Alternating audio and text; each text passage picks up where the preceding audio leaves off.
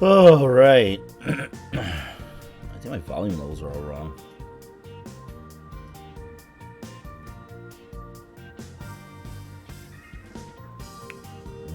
Let's see. Advanced audio. Hello. Hope everything isn't too crazy sounding, but we're live. All right. A little bit different from my normal live streaming.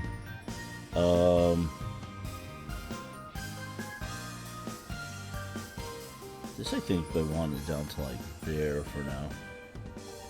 Anyway, that should be good. I don't want to be too loud.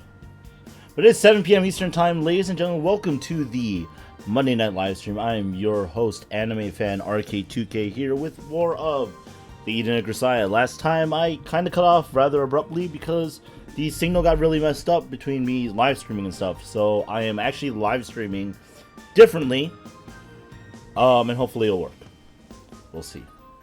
But last time we left off with this dialogue box with Thanos saying, before anything else you need to promise me to do this. If you're unable to do so, then I have to retrace your offer. In regards to, should you be captured and instantly desist any attempt to resistance, at the very least you won't lose your lives. So basically she just wants to confirm they won't lose their lives. 約束が破棄された時に支払わされる代償はあなたたち自身の将来です。それを決して忘れないこと。約束できますか? I'm gonna go right into the thick of things. If someone joins midway, partway, and they'll be like, oh, it's just confusing. I'm like, yeah, I know. It's because we're right in the middle of doing things and stuff, you know? いいわ。その約束は私が必ず守らせる。I'm not dying here. いいでしょう。現時点をもって私はあなたたちを微力ながらも有力な装置として信頼します。Yay, weak. Wait, what? それではお待ちかねの作戦を開始しましょうか。待って。何か？あなたはさっき作戦に入る前に確認しておきたいことが2つあるって言ったわよね。ええ、そうね。まず確認したのは私たちの目的。もう一つの確認しておきたいことって何？ああ、それ気になっちゃう？今聞きたい感じ？ I mean, this is Yumiko talking about. She probably has to hear it now. 言い出したのはあなたよ。みんながいる前でも聞いて構わない？待って、何を聞く気？それはもう簡単で単純な質問なのだけれど、榊由美子、あなた風見雄二のことが好き？はあ？何を突然？いえ、ほら、他の子たちはみんな風見雄二のことが大好きだし、大好きだからこそ今回の大それた計画に立ち上がったわけでしょ？でも榊由美子、あなただけは風見雄二に対して明確な好意を示していない。Still concerns you that Yumiko's belt is just a normal ass rope? It's not a normal rope. It's meant to be a fashion rope belt. Okay, thank you.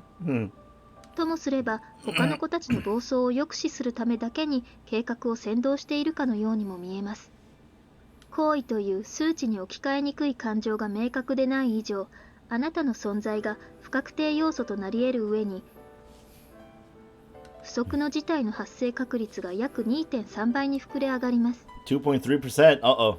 By factor 2.3, oh no. だからあなたの好意度を後でこっそりと聞き出そうと思っていたのだけれど、まあ、もうこの際だし、みんなの前ではっきりとおっしゃいなさいな。Hey, in front of everybody! Once Thanatos has delivered this inquiry, which bore a strange resemblance to the sort of teasing you might get from a classmate on the night of a class trip, Yuko drew a long, deep breath. Closing her eyes, she paused briefly as if to review her own feelings, then opened her mouth and spoke. もちろん好きよ。大好き？ええ、大好き。だからこそこんなことになっているのでしょ。Kazuki clearly a supporter of the harem route. It's like, well, I know you guys all love him, so, you know. 意外ね。もっと狼狽するかと思ったわ。そのことでいろいろといじられても面倒だし、欲しかったのはイエスかノーかのはっきりとした答えでしょ。いいでしょう。あなたの感情は理解しました。あでは皆さん、もう二度とこれまで通りの日常には戻れないという覚悟はできたかしら？ Meanwhile, everyone else probably like, yeah, we knew Yomiko liked him. Hey. あら、いいお返事。では、状況を始めましょう。 Yeah, that was so in unison. I almost went deaf, guys. Come on, stop that. Ichigaya, 12:55 p.m. About the same time this was happening, Kiara Farrell was paying a visit to the special detainment area for high-ranking individuals located within Ichigaya's headquarters. Striding up to the reception window for the central guard station, she knocked on its counter. On the other side of the counter, separated from her by a thick sheet of glass, a number of small holes in it. She could see the guard on duty sitting with his feet up on the desk, listening to loud music on his earphones and perusing a girly magazine. 中長二課分室室長補キアラ・ファレルです。4号房の春寺ゆりやさんに面会希望です。 Oh! JB's also detained. That makes sense. She's clearly too competent to leave alone. あ、なんだって。 Blinking up at her, the guard slowly pulled his earphones out of his ears. だから春寺さんに面会。 This time Kiara pressed her forehead against the window and shouted, breath leaving a small white cloud on the glass. な、でけえ声出さなくても聞こえてるよ。うるせえ女だな。誰が誰に面会だって。聞こえてないじゃないのよ。たくめんどくせえ女だな。そこのノートに現時刻と自分の所属と名前、面会相手の名前書きな。最初からそう言いなさいよ。 Grumbling irritably to herself, Kiara grabbed a notebook and filled out the required information. When she handed it to the guard, he entered a few numbers into a certifiably retro computer system, the ancient green screen monitor. Then turned to a microphone and announced, Cell 4, you've got a visitor, in his distinctly imperious tone of voice. 右の扉から入って面会室は1番を使え。面会時間は15分だ。 Taking a key that had been hanging around his neck, he pushed it into the detention ward's control panel, pressed the button for Cell 4. The drone of a buzzer and the flash of a green light, a door near the back of the ward noisily unlocked itself. Kiara opened the door leading to the detention area itself, noting that it only had a knob on the outside. The hallway within was oddly chilly. Following the guard's instructions, she entered a visitor's room marked with the number 1. She found only a single cheap folding chair. Guess I'm supposed to take a seat and wait? While Kiara had been working under Haradera for 2 years by now, this was her first time in the special area where Ichigai detained valuable witnesses and politically influential individuals. There were a number of security cameras trained on her, but she wasn't accompanied by an actual guard. That seemed a little strange at first, but on second thought, sort of people who would be locked up in here probably weren't too eager to attempt a jailbreak, given that their safety was guaranteed inside their cells. The plain white walls weren't as intimidating as she expected either, but more akin to a hospital than a prison. In fact, I think they reused this light from the hospital from an earlier scene in an earlier game, just saying. Wait, what? She imagined her shaggy-headed boss locked up in a damn dismal place, holding her knees and sobbing in the dark. So something of a relief to see that wasn't quite the case. A moment later, the shaggy superior in question made her appearance. Through the sheet of glass that separated their visiting rooms, Kiara saw a familiar blonde woman step through the door and into the light. Haruda Yuria looked much the same as ever, except for the embarrassed little smile on her face. Howdy, Kiara. 昨日ぶり。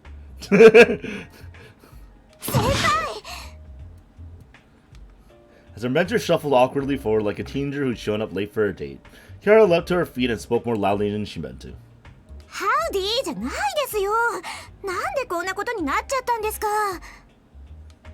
Only a few hours ago, Kiara had been sitting in her office performing her usual duties. She'd been gazing at the clock, absentmindedly wondering why the boss was so late today. Someone told her that Section Chief Haradera had been taken into custody outside her apartment building. Kiara had tried to find out what was going on, but the matter had been heavily classified. Details were difficult to come by. All she knew was that Haradera had been removed from her position as Kazumi Yuji's case officer and stripped of her rank as Section Chief. Rumor had it that she'd be shipped off to Langley within a few days.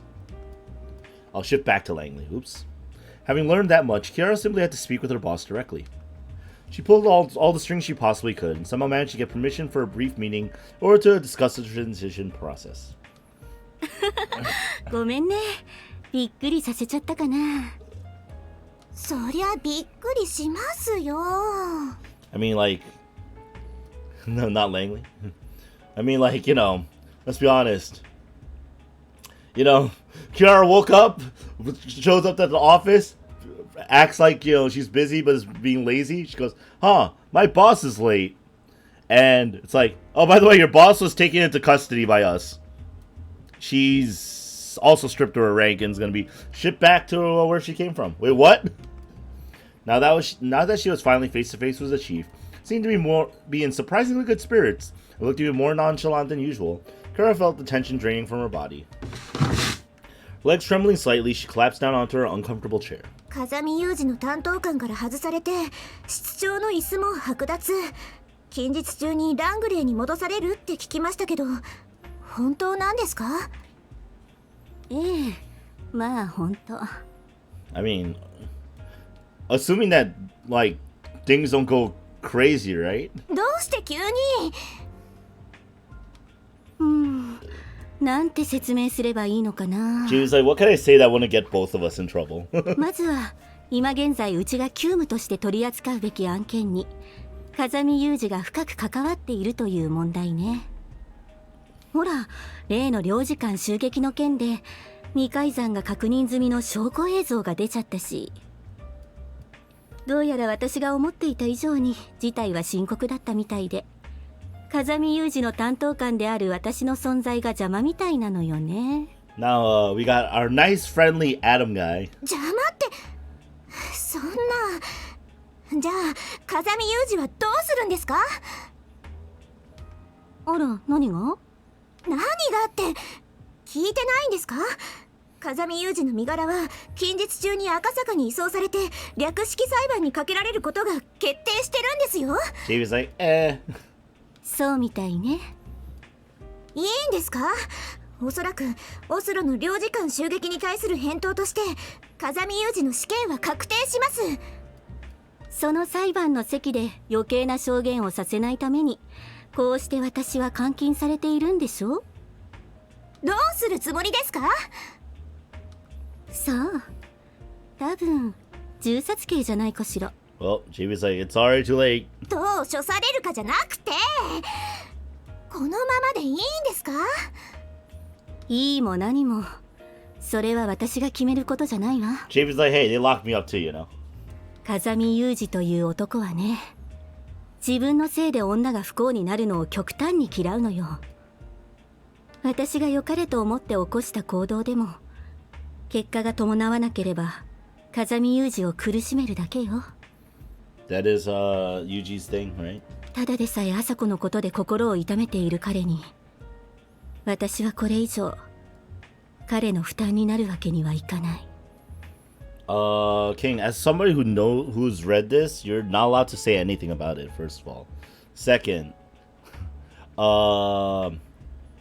JB's already met Yuji before, so the fact that they detained her on top of that just kind of shows like where Ichigaya kind of like, where Ichigaya and I guess Akasaka both kind of that's how little faith they have in the fact that, yeah, right, she's not trying anything. She's too smart for that, and that's why you lock JB up too, you know. それに風見雄二はもうこの世に未練を残していないわ。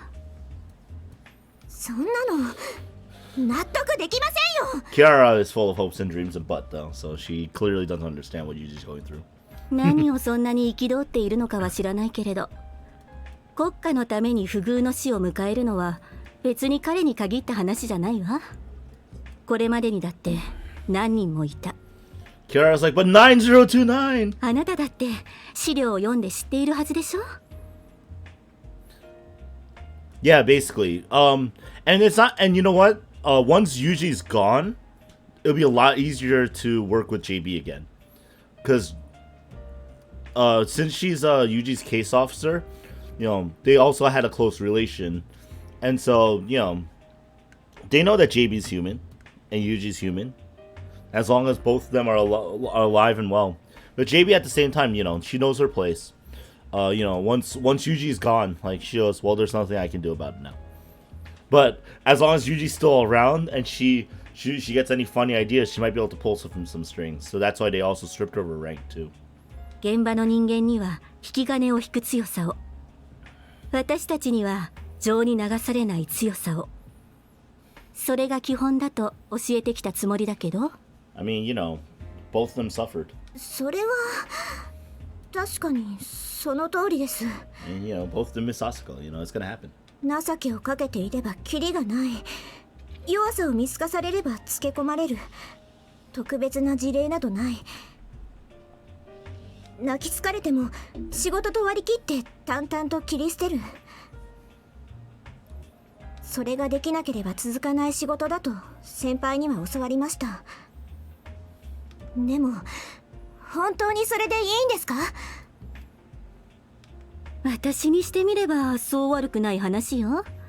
ラングレーに戻れば情報局長補佐の椅子が待っているし、階級も大差になるし、大出世じゃない。By the way, isn't Yuji only 17? I think so. そんなの単純な口封じじゃないですか。I mean, no, everyone is of legal age to do whatever they want in this game, clearly. 組織でうまくやっていこうと思ったら、よく考えて行動しろということね。見損ないましたよ、先輩。先輩だけはそういうことを言わない人だと思ってました。そういうこと言わないの。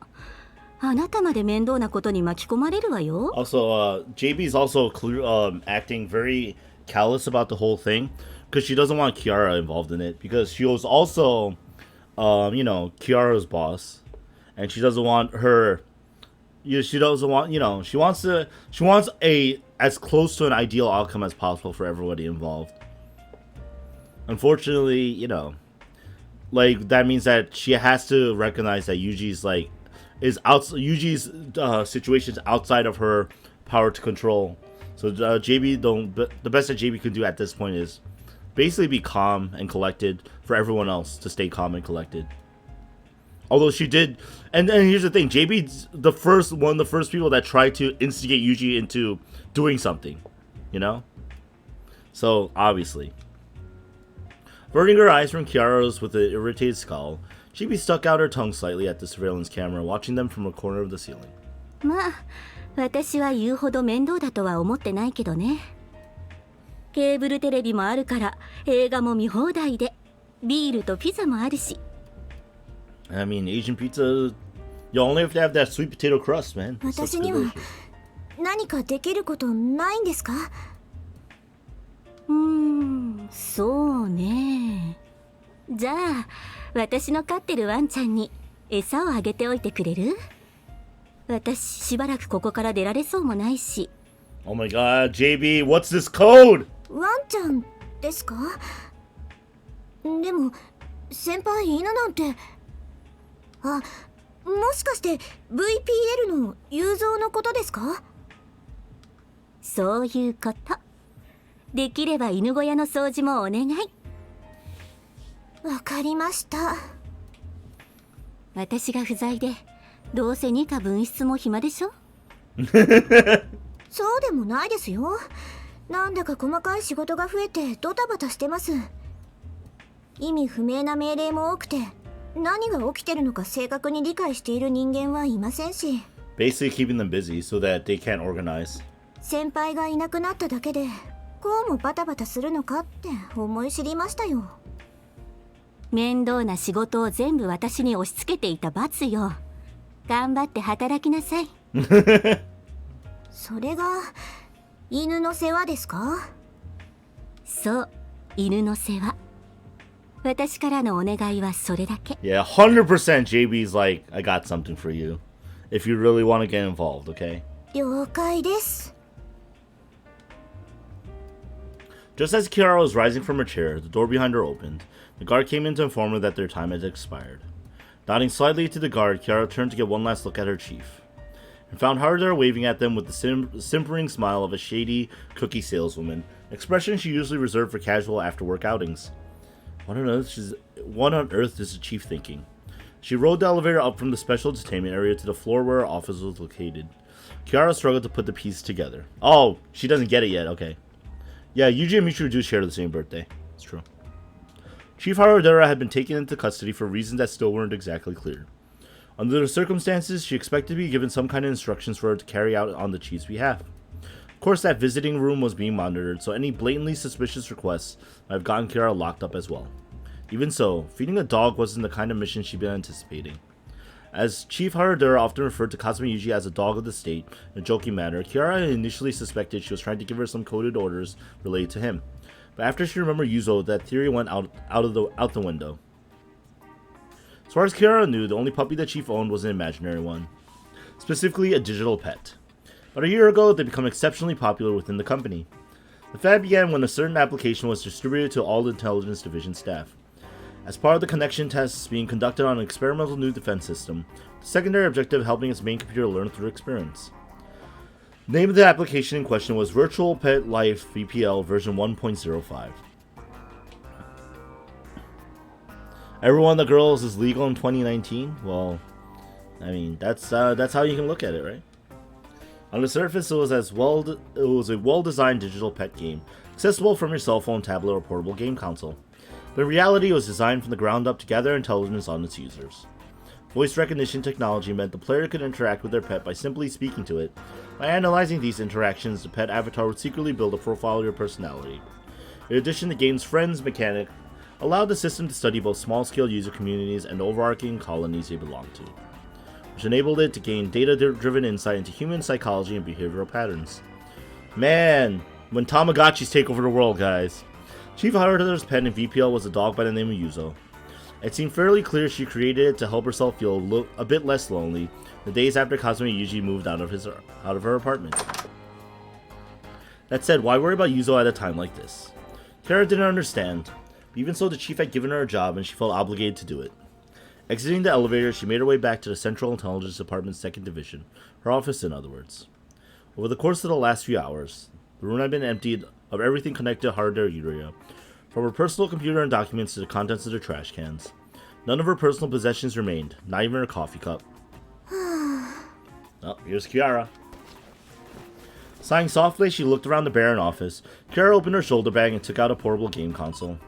Flipping its lid open and pressing the power button, she waited for the manufacturer's logo and health warning screen to display.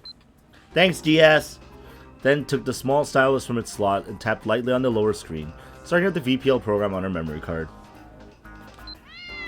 Selecting a home tab from the title menu brought her to the digital house where her pet lived. Kira's cat, a munchkin named Musashi, jumped out of its home to greet her. よーしよーし、いい子ね武蔵。後でご飯とブラシがけしてあげるからちょっと待っててね。 Musashi's hunger level was only at 60%. Most likely someone on Kiara's friends list had fed him while she was logged out. She checked the visitor guest book. She found that a female colleague had stopped by 3 hours previously. Forcing herself to ignore her pet, which was now rubbing up against her and meowing adorably. Kiara brought up her own friend list and tapped on Yuzo, the Pembroke Welsh Corgi that belonged to Chief Haruda. The screen scrolled smoothly away, and within moments she was standing in front of Yuzo's doghouse. The animal in question was lying limply on the ground, its stomach emitting audible groaning sounds. うわ、大変! Kara quickly grabbed a bowl and filled it with dog food and replaced the stale drinking water. As soon as she presented the bowl to Yuzo, he buried his face in it and greedily gobbled down his kibble. With every bite, the hunger meter on the side of the screen lowered slightly. よかった。 He was like, I'm done! I'm done! Save me, somebody! Ah! The Tamagotchi! It's the worst feeling ever! Oh, the hungers! The pain of the hungers! Jibu be a corgi person? Jibu a corgi person forgets to feed her corgi too. Gosh. Darn it. Chief Haruda had last accessed the game 14 hours ago. Pet must have gone hungry since then. Okay. On closer inspection, Yuzo's fur was also looking quite unkempt. Maybe it would be best to give him a bath and a brushing as well. But as Kiara was thinking it over, the virtual dog, having completely finished his meal, trotted up to her wagging its tail. あ、プレゼントイベントだ。 Present event, what? When you frequently took care of a pet in their master's stead, you occasionally trigger events of this sort. The other user's animal would present you with a random item, usually decorative furniture for your virtual home, or an ornament for your pet to wear. Hey, awesome. Yo, what is this? Tamagotchi Crossing? Yo, where's this game? Give it to me. Government wants to spy on me through Tamagotchis? Give it to me. Curious to see what she's gotten this time, Kara waited for the animation to complete. Yuzo's gift turned out to be a tropical breeze, a palm tree background item. これ欲しかったやつだ。 Tropical breeze was a relatively rare item. When you placed it on your home screen, it would occasionally sway back and forth in the wind, dropping coconuts to the ground for cute little crabs to carry away. Before Kiara had the chance to revel in her good fortune, Yuzo came right back up to her with a letter in its mouth. Nintendo cross Tamagotchi cross Animal Crossing. Basically. Normally these would contain brief friendly messages from the pet's owner. Something like "thanks for all the help" was pretty much standard. When Kiara tapped to open this particular letter, the message appeared on screen left her more than a little taken aback. Kazami usually be transported to Akasaka on 8/6 at 1800 hours. Yo! My birthday! Yuji, you moving on my birthday? Hi? What on earth was going on? Oh, was this why the chief had asked her to feed the dog? Kiara hadn't even considered the possibility of sending a message to her game like this. And last night, Chief Ayudera must have strongly suspected she'd be taken into custody. So she planned a message well in advance using a place no one would think to look. But all that said... これだけ? Kiara didn't have the first idea what to do with this information. どうしよう。何をすればいいの? There's probably other doghouses you have to clean, Kiara, that's why. She's like, what am I supposed to do? 5 days from now. あなたは何もしないでいいのよ。ご苦労様。Yo, what? はい。ああ、いえ、あなたに言ったわけではないの。独り言だと思って、あまり気にしないでほしいわ。It's a bit rough. RUFF? Espionage via video games? Well, clearly someone already knows. わお。 Wow! Nintendogs! そんなことより、風見雄二に関する最新情報が入ったわ。What? ふむ、詳しく聞こうか。風見雄二の赤坂移送開始日時が8月6日18時からに決まったわ。Ha! Ha! Oh, look at that. Thanos was already knew right away. 確かな情報なの？ SARS の情報室長である春寺ユリア3佐からの情報よ。春寺さんから？ Who's locked up? JB さんは私たちの味方なのですか？いいえ、彼女は言うなれば風見雄二の味方であって、春寺三佐自身はあなたたちがこうして決起していることも知らない。See, Jamie's just doing what she can. Yes, Thanatos has tapped into your video games. She knows your porn. She knows the games you play. She could defeat you in Super Smash Bros. Ultimate because she knows all your combos. というか、うすうす感づいているという程度でしょうね。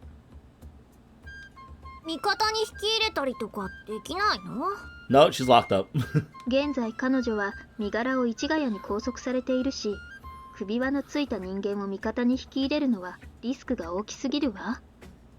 それに彼女には風見雄二奪還とは別にもう一つ重要な仕事があるので、そちらで働いてもらいます。Oh, is that what the Langley's about?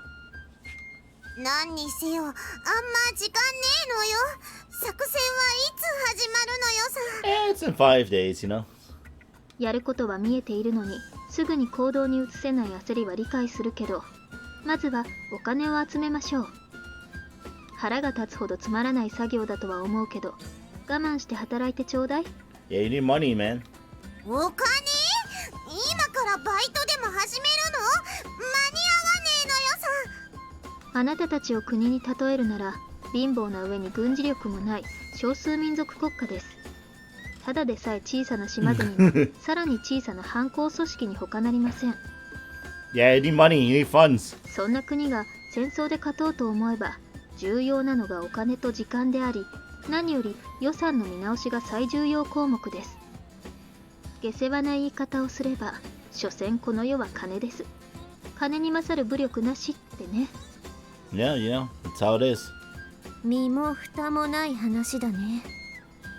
一番お金に詳しいのは榊由美子。あなたね。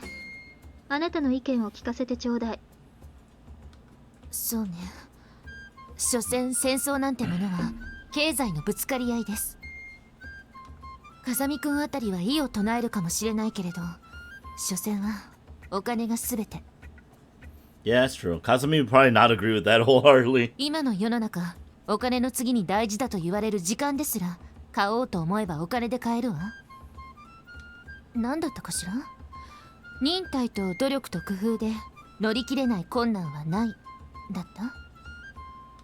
確かにいい言葉だとは思うけれど、私はお金で乗り切れなかった困難って The war あまり見 economy. たことがないわね。 It's not really the war economy. It's even peacetime economy, you know? Economies, money solves everything. That's literally what they're saying. Money solves everything, guys. Damn, I'm poor, so I guess I can't solve anything. The end. そういうこと。なぜ未だに 5.56 ミリなんて豆鉄砲を採用している大国があると思う？敵兵は殺してしまえばそれまでだけれど、負傷させれば護送して病院に入れなければいけない。病院が足りなくなれば作らなければいけない。Oh, because the rules of engagement and stuff, right? そうして相手国の経済に揺さぶりをかけるのが戦争です。Oh, please treat our soldiers. いやしくも一国を相手取ろうというのに、あなたたちの個人資産を総合しても1億4000万。しかも動かせば足がつくお金ばかり。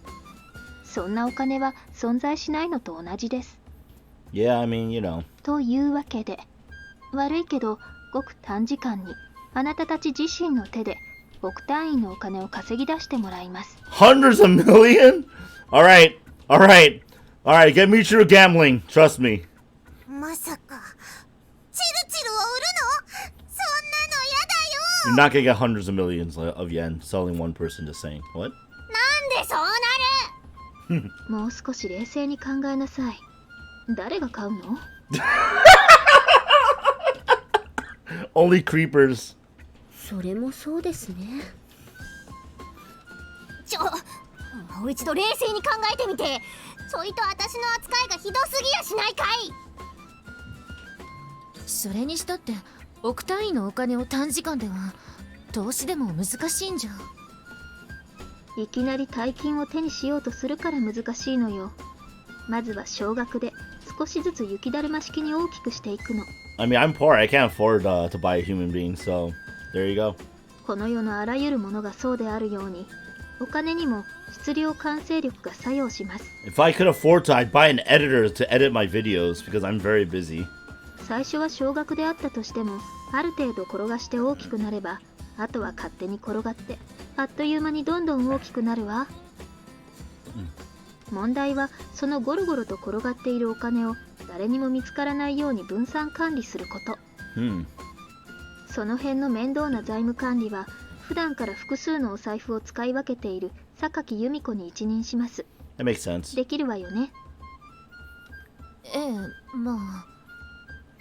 よろしい。ではまずは専用の口座開設ね。榊由美子、1000円出してちょうだい。とりあえずそのお金で新しく銀行の口座を開設しましょう。いいけど。では小峰幸、あなたはそのお金と印鑑を持って銀行に行きなさい。 Oh, Sachi. 銀行ならどこでもよろしいですか？グローバルネットバンキングに対応しているところがいいわね。Why global net banking system? 盗品系列は避けたいから NFUJ 銀行の日本橋支店にあなたの名前で口座を開設しましょう。 Oh, that makes sense. Okay. わかりました。行ってまいります。で、その1000円をどう転がして奥にするわけ？1000円は口座開設費よ。種になるお金はこれから作ります。まずはそうね、イリスマキナの私物の売却から始めましょう。 Oh, what? 私のかよ。つか私物って言われても売ってお金になるようなものなんて持ってないのよ。 Makina's just like, oh, I have this painting I did as a joke, though.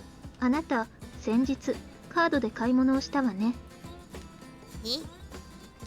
ちょっとマーキナ、あんたまた私に内緒で何か買ったの？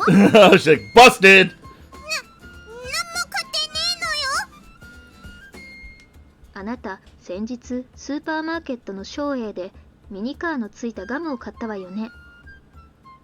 えのよ。なんで知ってんのよさ。She bought it. 知っている。タナトスさんは何でも知っている。タナトスさんは何でも知っている。怖え。タナトスさん怖え。まあとりあえずそのミニカー売っちゃいましょう。売るって誰に？海外のオークションサイトで海外のマニアに売ります。あ、そっか。どういうこと？私が買ったあれ元ネタはアメリカなのに日本限定販売のやつなのよ。 Oh, so it makes sense. そう、説明すれば長くなるけれど、1882年に米国内で放送された連続ドラマに登場して大人気を博した車があるの。1982 television program, you say? それがそのミニカー？いいえ、今回売却するのは2008年に放映された続編ドラマに登場する車をモデルにしたミニカーよ。Well, we're selling to nerds. どういうこと？もっと簡単に説明できないの？つまり2008年放映の続編は放送時間帯の都合上大人向けのドラマになってしまって、 To adults with money. 子供に人気が出なくておもちゃ類の販売が行われなかった。でも日本ではなぜか人気が高くて、米マデル社は日本限定で同モデルの販売を行った。アメリカでは販売されなかったというだけで、もちろんそれを欲しがるマニアはアメリカにもいる。You have to pull the rarest car, Machina. Good job. 自国製品を自国で買えないジレンマを抱えた海外のマニアは、個人輸入事業者が少量のみ逆輸入するそのミニカーを法外な値段で買うしかない。そのミニカー、現地ではいくらで取引されているの？状態の良くない中古でも900ドル、ブリスター未開封の新品状態なら1800ドルが相場ね。Well, we opened a bank account with $10. 1,000 yen is about $10. And now we're gonna make cool like 1,500. え、約14万円。 Yeah, right? 幸いなことに私はブリスターは開けずに壁に飾る派なので未開封。寮を出るときちゃんとバッグに詰め込んできたのよ。ほれ。All these amusements you got for 15-year-old girls with a business sense, King. With a business sense. Those imports you bought for triple the price were bought from 15-year-old girls with a business sense named Irisu Machina. Wait, what? このミニカーが14万円？ Overseas only, Michiru. 近所のスーパーのレジ横で買ったミニカーが14万円になるからくりが理解できたのなら、早速出品しましょう。まずは3ヶ月間利用無料の eDay の ID を取得して新しく作った口座番号をワレットに登録するところから。 Hooray, eDay, the best auction site in the world. Damn you, Irisu. You got Machina! その辺の手続きは榊由美子、あなたにお願いしても？ええ、わかったわ。 Yumiko's like, I didn't even think about the fact that we could just profit off of weebs. Damn it. 私のミニカーが売られてゆくのよさ。はいはい、ごめんなさい。その代わり後で別のおもちゃを買ってあげるから、今は我慢して。それで榊さんがお金を転がしている間は私たちは何をすればいいの？ So, can we do jobs? そうね、スオ・アマネ、あなたには例のレンタカーでドライブに出かけてもらおうかしら。 Hey, you ever heard the game Crazy Taxi? Amane? I'm just saying. ドライブ？どこへ？あなたにはこれから複数パターンの道を覚えてもらいます。行き先の指示は随時出すから、とりあえず携帯電話を持って車に乗ってちょうだい。The hit new show, Scamming Weaves with Irisu Machina. I'm your host, Yumiko Sakaki, here to present to you the unfortunate incidents that happen to everyday foreign buyers on the internet. Machina is rolling in money. I can buy 3 of these. I can sell 2 for a profit. わかった。 It'd be a hit show. I'd watch it every day. 残った私とチルチルは何すりゃいいの？乗らないわよ。私はもう車には絶対に乗らないんだからね。Poor Michiru. 大声を出さないでちょうだい。大声を出す女は嫌いよ。すみません。Poor Michiru. あなたたちは、そうね、イリス・マキナ、あなた風見雄二に買ってもらったエアライフルを持ってきている？持ってきてるのよ。じゃああなたはそれで遊んでいなさい。そうね、何か不敵を川に流してそれを撃つのがいいわ。動く標的を撃つ練習をしなさいな。Me, I'm actually looking forward to finishing the Eden of Grisaia just so I can watch the anime series and see what the differences are. 遊んでていいの？ It's called target practice, Machina. 今は他にすることがないし、暇を持て余すとろくでもないことを始めそうだし。True. ひでえ言われようなのよさ。あなたにも後で重要な仕事があります。今は焦らずに心静かにその時を待ちなさい。人に向けて撃っちゃダメよ。さて、バカが残っちゃった。どうしよう。はっきり言うな。これでも一応傷つくんですけど。Oh, poor Michiru. 正直に言うと、あなたは能力的に未知数です。私としては一番扱いづらい駒なの。それでもあなたがいるからこそうまく機能している部分もあれば、切り捨てるわけにもいかない。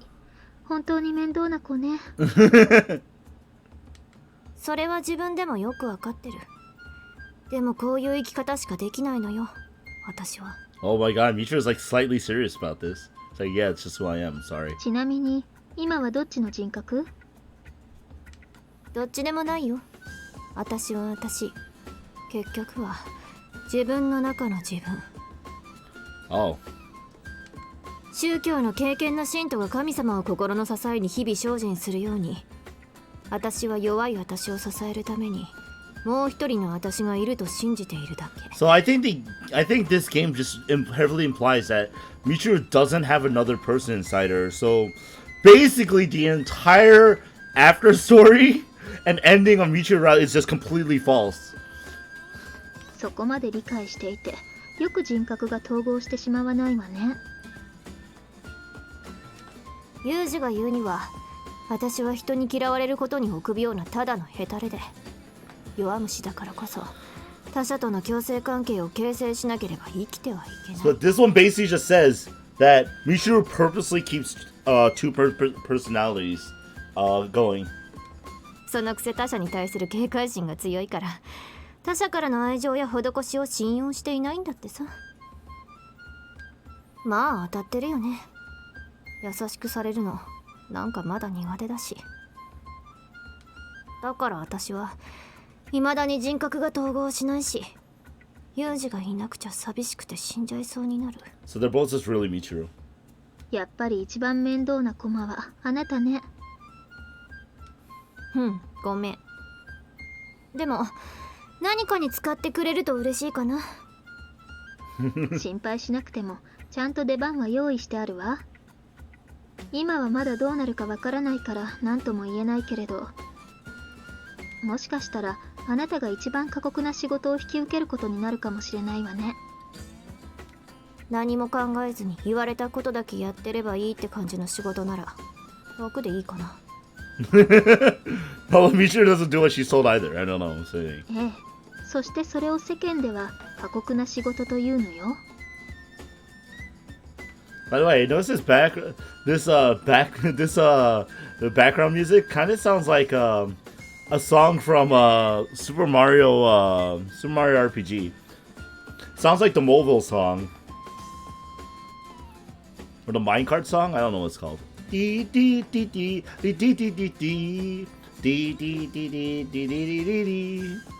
ま、そん時は頑張るよ。いい子ね。So Michiru does nothing. Meanwhile, in Ichigaya, August 4th, 3 days later, 15 minutes had passed since breakfast. Food here wasn't good, but it wasn't bad either. It was mostly just tasteless. Now that Yuji had been reunited with the national defense system that called itself his sister, he was aware that the surveillance cameras and microphones in the ceiling of his cell were essentially Kazuki's eyes, ears, and mouth. Physical distance was irrelevant to her now. No matter where her body might be, she was present anywhere her eyes could see. Temporal and spatial limitations no longer applied. She'd be in multiple places simultaneously, if the situation called for it. At any given moment, Kazuki might be watching a street corner, exploring a public facility, or using a webcam to peek inside a private home. He basically couldn't turn around without bumping into her. Of course, the idea of an invisible army of Kazukis lurking all over the place was somewhat unsettling. Kazukis! Kazukis everywhere as far as the eyes can see. Oh, you think it's Makita playing the recorder of that song? Okay. But she's always been something of a god to Yuji, so the idea of her always watching over him almost seems like a natural development. When you're locked up in a cell all day against your will, you tend to have a good deal of time on your hands, and siblings who haven't seen each other in years always have plenty of catching up to do. In particular, Kazuki was very interested in hearing about how her brother had gotten by following her abrupt disappearance. Life after you disappeared was, well, pretty much how I described it in these documents. Now that I think about it, I guess this explains why they ordered me to write such a detailed report. You were behind that, weren't you? You never changed, Kazuki. Back when we were kids, you used to interrogate me about my day the minute I got home from school.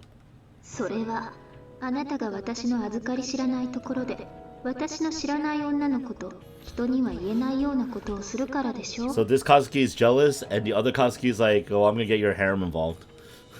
Haha, what are you even talking about?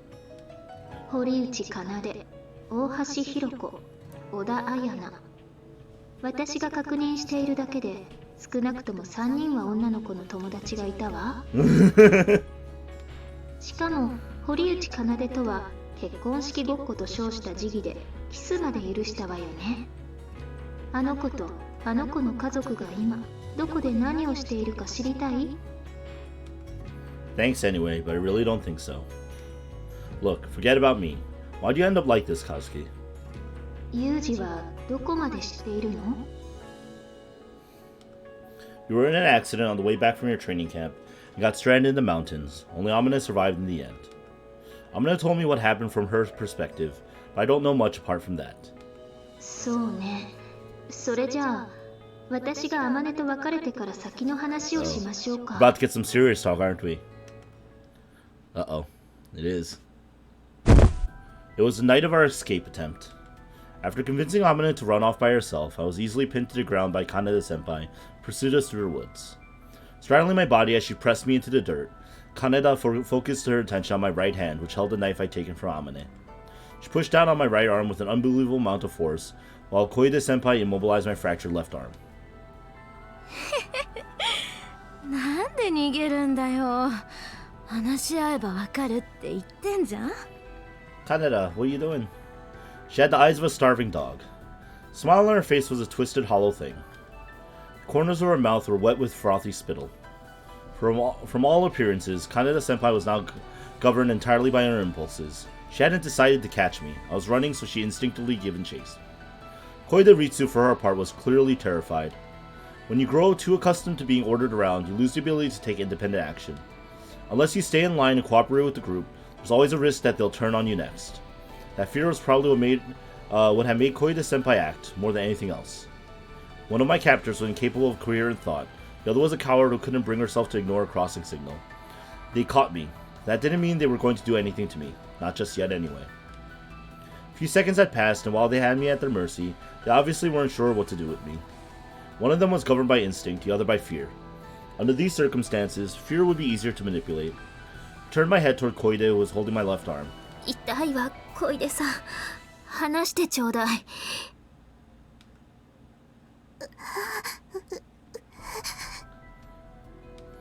Keeping my voice utterly calm, I addressed her in a low, menacing tone. 聞こえないの？ならもう一度だけ言うわ。話しなさい、りっちゃん。Gotta pressure her, you know? Once you've learned to fear something or someone, that fear tends to stick with you. I could feel Koide-senpai's grip weakening slightly. ほら、話すなよ。そんなにムキにならなくても逃げやしないわよ。ほら、包丁も捨てるわ。手を離しなさい、りっちゃん。怒るわよ。The words right and wrong held no meaning here. No one knew who to obey, no one knew what to do. In this valley, the law of the jungle was in full effect. Brute strength was all that counted now. But even so, Koide Ritsu was afraid of me. My arm was fractured, I was lying face down in the dirt, utterly helpless, but even so, the idea of antagonizing me terrified her. An intelligent woman can be far more frightening than a physically powerful one. Koide-senpai had spent too much time being pushed around by other people. Terror of me wasn't rational. Imagine it came to her reflexively. りっちゃん Lightly speaking, Koide-senpai's name was enough to fuel her fear. Part of her mind was screaming to apologize now, while she still had the chance.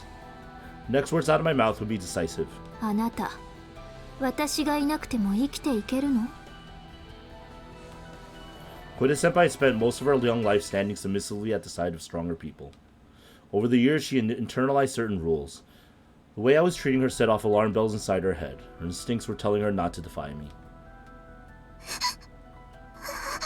Aww. Man, poor Koide-ritsu. She is very much a victim in all of this. She is...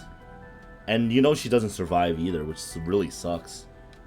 Before she even knew it, Koide-senpai jerked her hands away from my left arm. I didn't let the chance pass me by. With all my strength, I swung my partially fractured arm up, punching Kaneda square on the nose.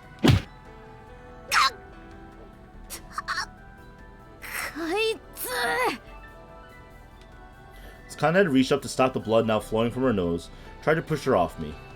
It wasn't as if I had much strength left, and more importantly, I just hit her as hard as I could with my injured arm, hurt so badly that I wanted to cry. 今ので完全に折れちゃったかも。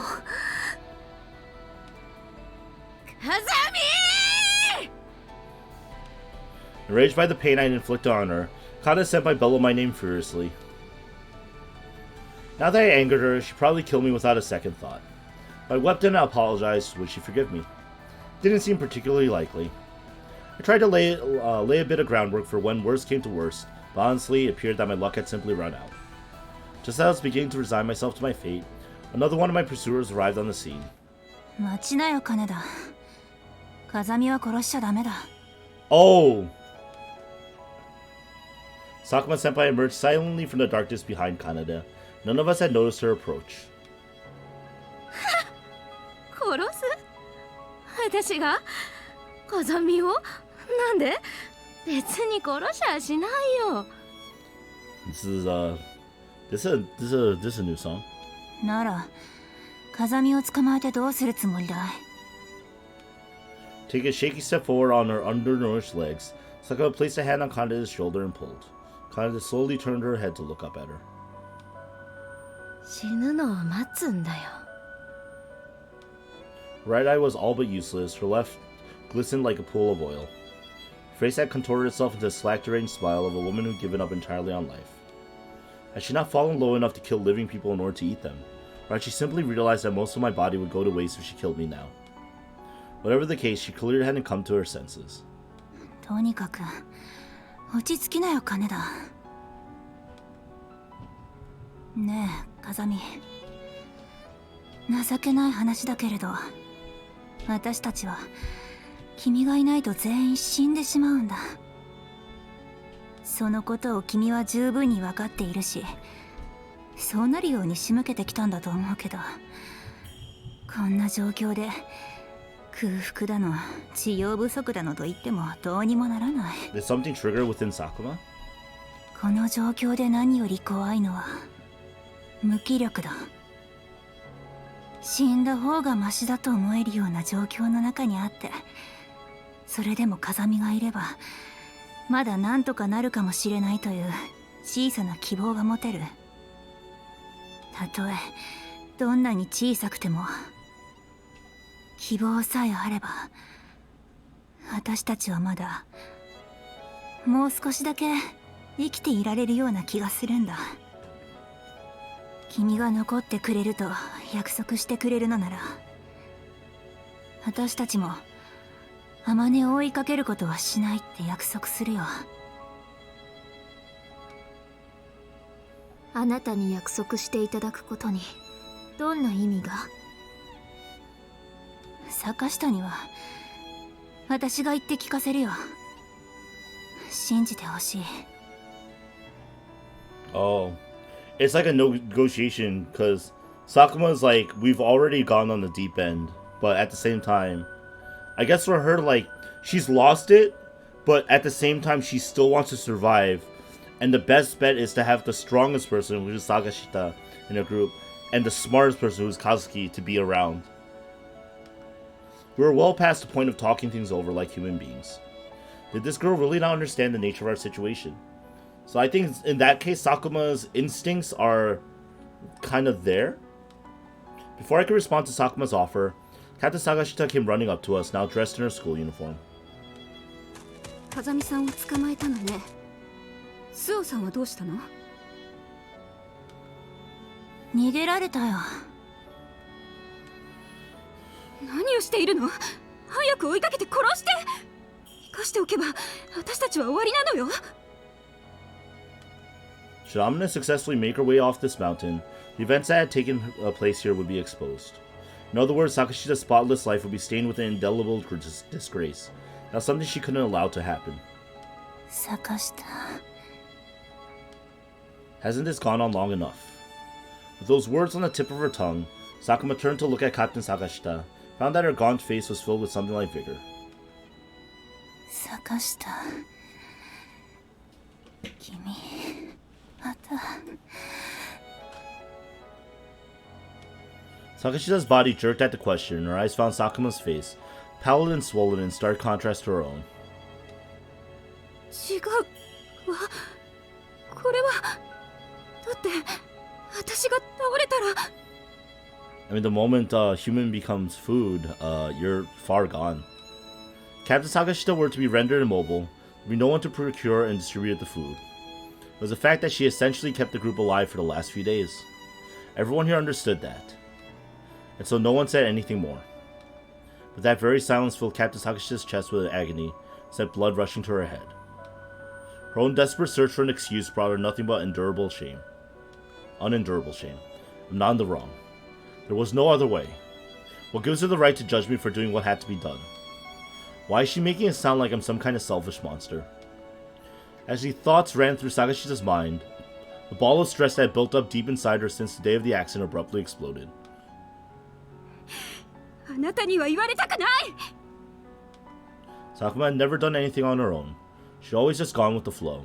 She'd eaten the food they found under clearly suspicious circumstances. And now she was criticizing Sakashita for her actions was the last straw. Sakuma Minori had always been this way. She was irresponsible and lazy, but always managed to say the right thing. She never did anything useful, but the younger girls all loved her anyway. Why did everyone always fall for this useless girl's nonsense? The resentful thoughts bubbling up inside Sakashita were intensified by her volatile emotional state. In a blind, unthinkable rage, she snatched a knife from my hand, stabbed it violently into Sakuma's stomach. Oh. Well, that's not good. At first, Sakuma didn't even understand what had happened. Something cold had pushed its way deep inside her stomach. By the time she realized it was a knife, the grass at her feet was already glistening with her dark red blood.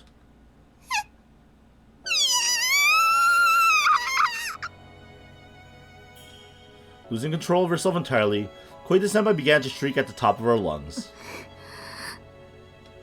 Still clutching at my broken arm, all I could do was look on in silence, beads of cold sweat trickling down my back. At last, we crossed the final line. The violent urges we managed to suppress thus far could no longer be controlled. What else could you do but laugh? Sakashita. もういいんだよ。 Sakuma took a half step backwards, knife in Captain Sakashita's hand slipped cleanly from her stomach, its blade drenched with blood. もういいんだ。 Blood poured steadily from the gash in Sakuma-senpai's abdomen, and like air escaping from a punctured balloon, the strength drained from her body. That's it. I'm not going to survive this one. The moment that realization hit her, Sakuma swayed heavily backward. Having offered Sakashita her forgiveness, a beatific expression of relief spread across her face. And she collapsed to the ground. 小出さん、止血を。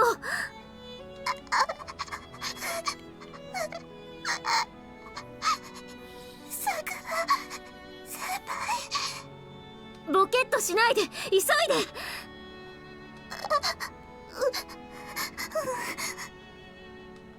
Jumping at the sound of my voice, Koide-senpai hurried to Sakuma's side. The wound was so large that she hesitated, not knowing what to do. 私の上からどいて、この状況がわからないの？ It's an angry shot at Kaneda-senpai. I managed to shove her off me and then rush over to where Sakuma had fallen. 佐久間先輩、お気を確かに。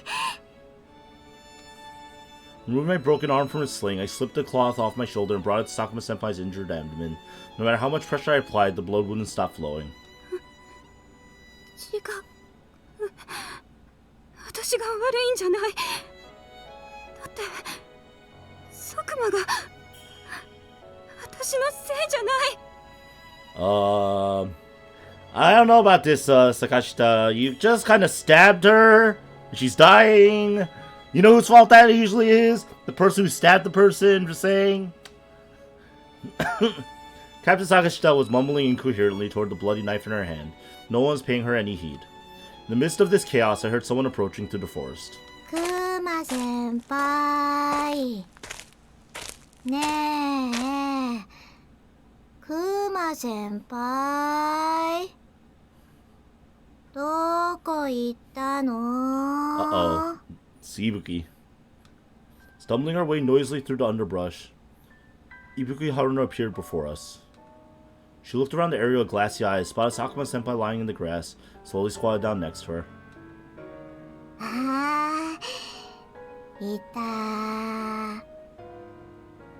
急にいなくなったら心配するじゃないですか。こんなとこで寝てたら死んじゃいますよ。ねえ、クマ先輩ってば。 Alright, that's right. Ibuki's already gone delirious because of lack of nutrition. Ibuki's tone of voice was cheerful, even carefree. The rest of us were stunned into silence. I don't think I'd ever been at such an utter loss for words before. っていうか、もう死んじゃってます？ Her abdomen was bleeding profusely even as we spoke. Anyone could see at a glance that there was simply nothing to be done. ねえ先輩、クマ先輩、これってどういうこと？意味わかんなくないですか？ Man, revisiting this scene was not what I wanted. I'm being honest, this is not what I wanted. だってずっと一緒にいてくれるって約束してくれたじゃないですか。なのになんで勝手に死んじゃうんです？全然意味わかんないし、先に死んじゃうとか、それってずるくないですか？ねえ、クマ先輩。ねえ先輩、先輩いなくなっちゃったら、私明日から誰に髪を切ってもらえばいいんですか？ Naturally, Sakuma-senpai didn't respond. She no longer could.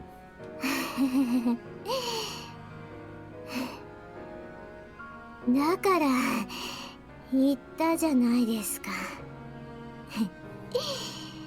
善人なんて最後はみんないいように利用されて死んじゃうんですよ。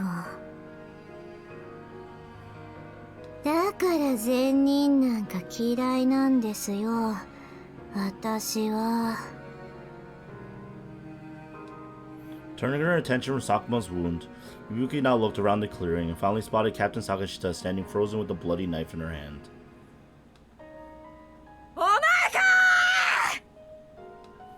Ibuki's dreamy expression vanished in an instant as her face contorted with rage. Screaming like a madwoman, she pulled a pair of scissors from her skirt pocket, charged at Captain Sakashita and stabbed them into her. 死ね！死ね！お前は死ね！死ね！クマ先輩に謝れ！土下座して謝る！ Oh, she fucking lost it. With a raspy little gurgle, Sakashita fell to the ground, blood trickling from her mouth. 許さない！許さない！許さない！土下座しても許さない！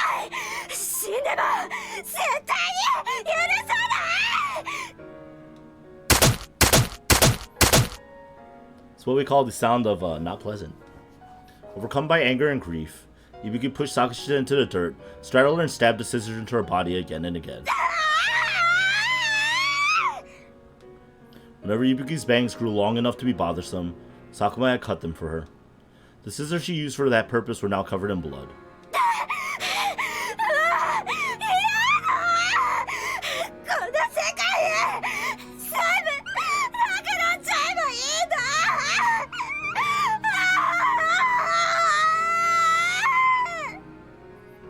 Meanwhile, Koideritsu, even as she screamed, even as she wept, Ibuki didn't stop plunging the bloody scissors into Sakashita's body. Every blow was an expression of her hatred for the cruel and vicious world in which we lived. It was at this moment that Mr. Ochi finally arrived at the clearing. At the sight of this horrifying spectacle, he stopped dead in his tracks. やめろ。何をしているんだ。やめろ。やめるんだ。 In a place that was already as hellish as this, what was the point of murdering each other? It didn't make any sense.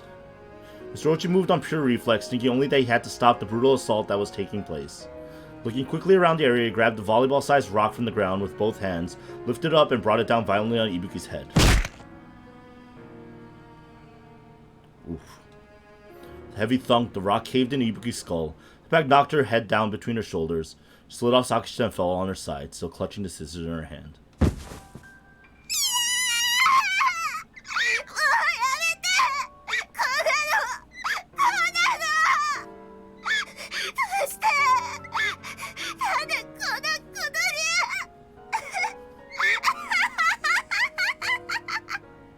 Well, the disaster unfolded in what felt like an instant. Freak even tried to prevent it. Koide-senpai fell on her backside, lost control of her bladder, her fragile mind finally broken. All color drained from the world, leaving only ugly shades of gray. Everything was warped, everything was twisted. No one could keep the madness from spreading. Ibuki's lifeless eyes were fixated resentfully on Mr. Ochi. Even now that she was unconscious, he glistened in the moonlight, as if burning with unspeakable hatred. Faced with the consequences of his impulsive emotional actions, Mr. Ochi stood stock still, his face full of shock and horror. 俺はなんてことを。いいぞ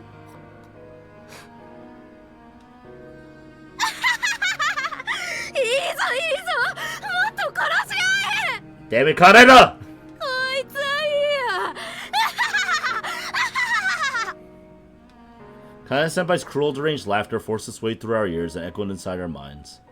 We were past the point of no return. As that fact finally sank in, Sorochi's legs gave out beneath him. だからこれだから女の喧嘩に巻き込まれるのは嫌なんだ。いつだってこんな結果になる。 Alright, Ochi, I have something to say about this line right now. If your fights with women end up in fucking murder rampages, you're the problem! It's clearly you, guy! I've never been involved in a fight that ended with murder rampages, regardless of genders involved. Ochi, that's clearly your fault. You are a piece of shit. With every word he spoke, Ochi's body tilted further to the side. Perhaps he was trying to stay upright as the world lurched around him. Can't take this anymore. What does any of it even matter? What's the point of living through all this suffering? Ochi's job was to serve as an example for his students, to offer them hope as they struggled through the anxieties of youth. Over the years, he'd begun to hold something like pride in his occupation. But now that he crossed his final line, the thin strand of strength gave way, and he was left with nothing. And yet, it didn't matter if everyone had given up. It didn't matter how desperate our situation had become. I was going to do everything I could, no matter what. I spent years teaching my brother to do the same, after all. I might die in this place, but I wasn't going to die a hypocrite. Hurrying to Captain Sakashita's side, desperately applied pressure to her wounds. 大丈夫。傷はそんなに深くない。数は多いけど、まだ助かるわ。小出さん、手伝って。 With only the use of my right hand, I couldn't possibly stop the bleeding from all of Sakashita's countless wounds. I called for help, but Koide-senpai's fear had given way to despair. She didn't even move. ありがとう。もういいわ。 Sakashita's voice was raspy and faint. As if to refuse my attempts at treatment, she reached up and grasped my arm. あなたの言う通りよ風見さんここまで落ちてしまえば私はもう戻れない Man, you know, sometimes tying off loose ends doesn't mean killing everybody. I know everyone's supposed to be dead, but damn. 諦めてはダメよ。生きてさえいれば必ずなんとかなるから。Sakashi just responded to this rather inept attempt at encouragement by shaking her head slowly. あとはあなたに全部お任せするわ律をお願い坂下さん Why had it come to this? None of it was anyone's fault. So how had everything gone so wrong? That unanswerable question echoed heavily in all our hearts. Sakuma Minori died from shock and massive blood loss, and as a result of a laceration to her abdomen. Haruna Ibuki suffered an open depressed skull fracture as a result of a blow to her head. 2 hours later, she died from cerebral contusion.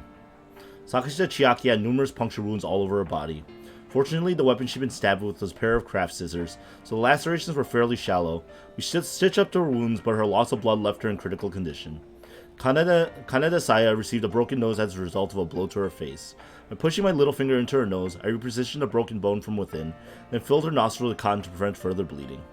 As for Kazami and Kazuki, in the course of punching Kaneda Saya in the face, managed to completely break my partially fractured left arm.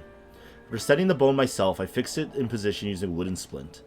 By now, the only uninjured members of our group were Koide Ritsu and our teacher, Ochi Yoshihiko. Neither of them in particular good shape either, of course. Somewhat surprisingly, Koide proved to be more mentally stable of the two. I suppose her ability to adapt to her environment made her somewhat resilient in the face of adversity. About an hour after the incident, she stopped staring blankly into space, asking me if there was anything she could do to help. By the time we completed emergency first aid and carried the wounded back to their tents, someone was already rising. On the verge of unconsciousness, Captain Sagashita told me the location of the food she hidden away, left its management in my hands. どうやらここに埋めてあるみたいね。千秋さん、こんなところに隠してたんだ。Ritsu. やっぱりね絶対に隠してると思ってたんだあの女独り占めするつもりだったんだそれは違うと思うわよ。なんでさこの場所先生だって知らなかったんだよもし独り占めするつもりだったのならもうとっくに食べちゃってるわよ。 Yeah, I know. If you do things like this for greedy reasons. だったらどうして？これはきっといよいよ最後という時に配給するつもりだったのね。誰だって最後ぐらい白いお米を食べてから死にたいでしょ。Oh, that's a little more depressing. It's like, well, it's for everyone's last meal. Oh my god. それで死んじゃったら意味ないじゃん食べずに我慢できる時期なんかとっくの昔に終わってたんだしさっさと出すべきだったんだよ Shut up, broken nose Kaneda. あなただったら出した？私なら埋めたりしないでとっとと一人で食べちゃうねでしょうね。つかさいつの間にかタメ口だよね風見先輩というだけで尊敬しろと言われてもWell, that's true. なにほんと生意気なやつだなありました。クーラーボックス出てきました。よしどけあとは私がやるダメよ。食料は私が管理します。うっせんだよそうやって今度はあんたが独り占めするつもりだろもうやめて。私そうやって争うならこの食べ物は全部捨てます。バカやめろ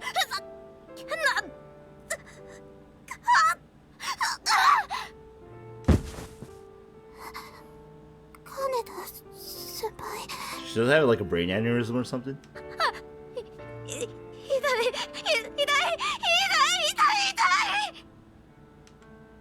金田さん After briefly crouching down and grabbing her head, Kaneda-senpai suddenly arched her neck backward and began to rubbing the back of her skull against the ground. This bizarre outburst certainly didn't seem to be some kind of ploy to distract us from the food. 風見さん、どうしよう。金田さん、聞こえる？どこがどんな風に痛いの？頭が痛い。内側から破裂する。助けてよ。 No, see, what made it worse is every single one of the characters had face portraits. Every single one of them in Amane's flashback. No, they were not faceless in the first game. 頭？ It looked as if she was instinctively trying to lower the position of her head.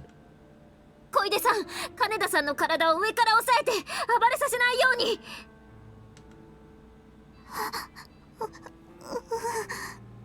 That's what made it worse, because you got everyone's names and faces even as they started dying.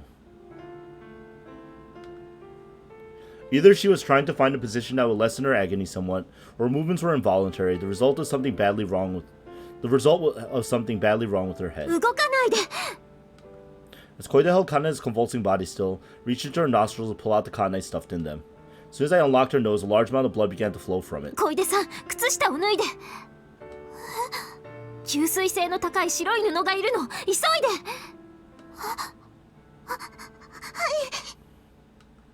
Took the sock and pressed it to Kanae-senpai's nose. Nosebleed showed no signs of stopping. The stain that appeared on the sock was red at the center, but its outer edges were a light yellow. 一見鼻血だけど、血以外の体液も大量に混ざってる。 There were all sorts of illnesses that could cause those symptoms, but given that she'd been in a bus accident and a brawl,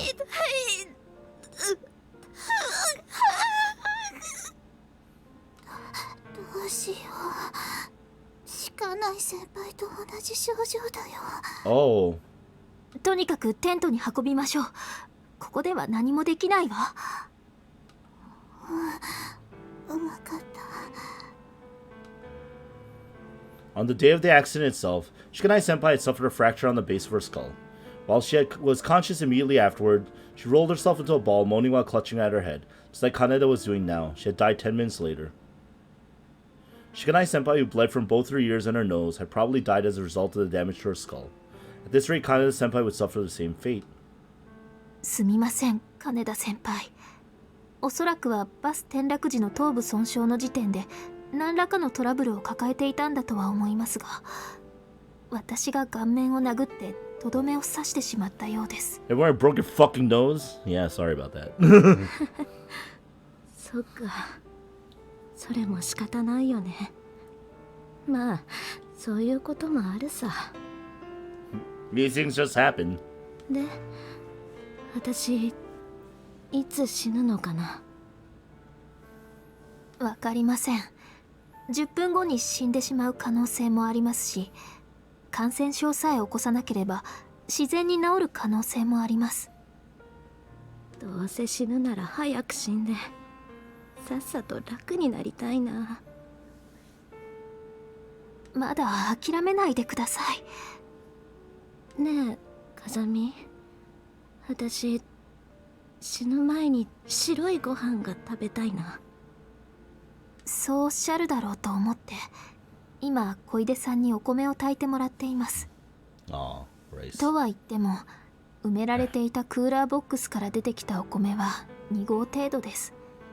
お腹いっぱいってわけにはいきませんが。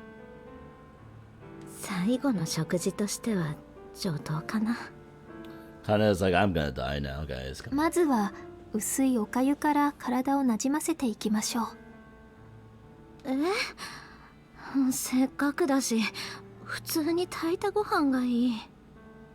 もう何日もまともな食事をしていません。固形物を急にたくさん食べると消化不良を起こしますよ。そういうもの？消化能力が落ちているので、食べても胃が受け付けずに吐き戻してしまいます。It's okay, man.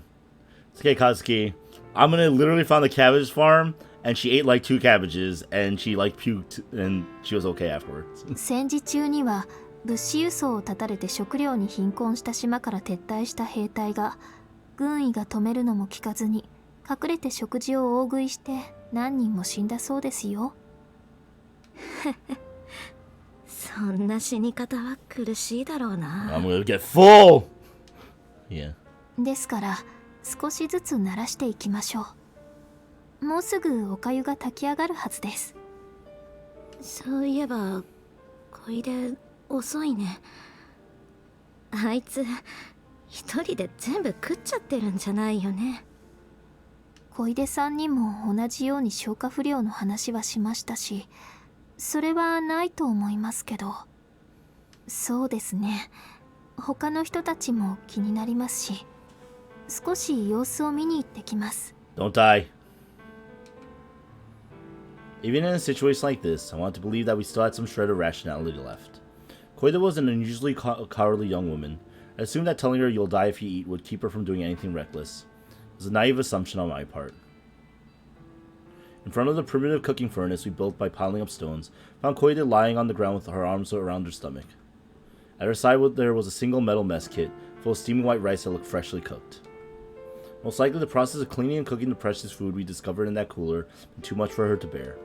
As soon as the fluffy white rice was ready, she shoveled handfuls of it into her mouth, only to have her weakened digestive system reject it. だからあれほど警告したのに。ごめんなさい。ごめんなさい。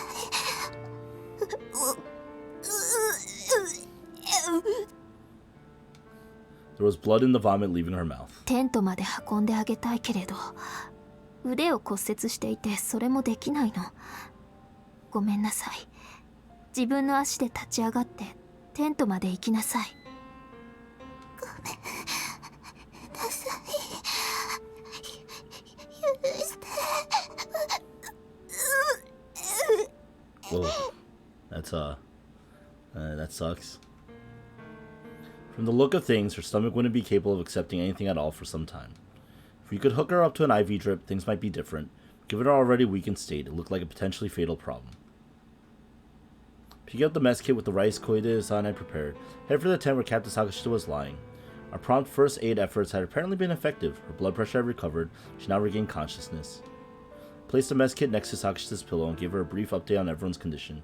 She listened quietly, offering only brief responses. そうということは、もう立って歩けるのはあなたと先生だけになってしまったわね。私もいつまで持つかは分かりません。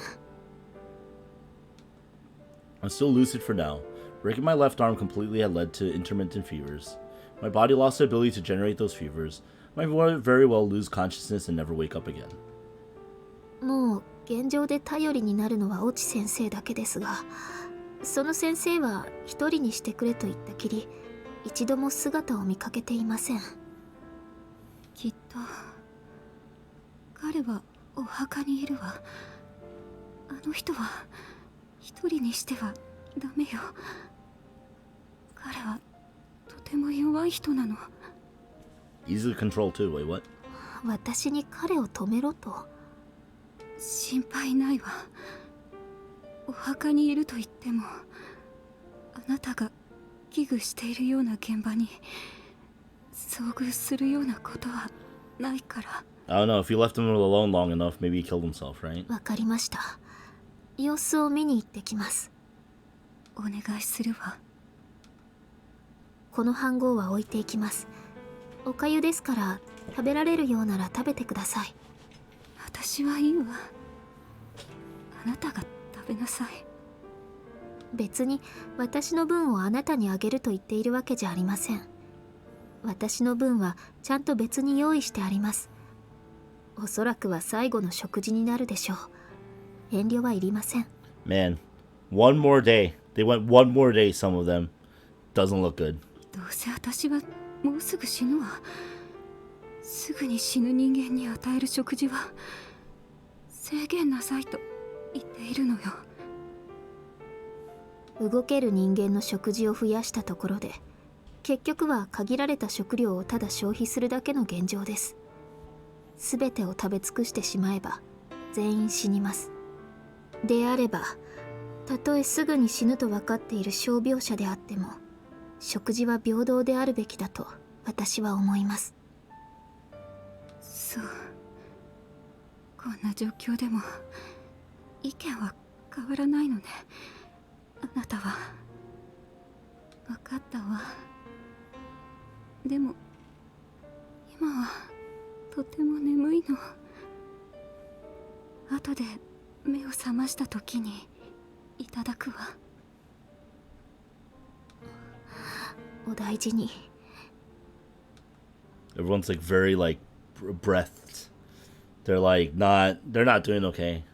How exactly was she supposed to take care of herself under these circumstances? If you ask me, I wouldn't have been able to reply. Still, the fact that she could hold a coherent conversation was a positive sign. She probably wouldn't die for another 2 days or so. By this point, I was keeping a running count on how long everyone had to live, as if I were some angel of death. How many days had passed since the accident anyway? I couldn't remember off the top of my head. The question was beginning to feel pointless.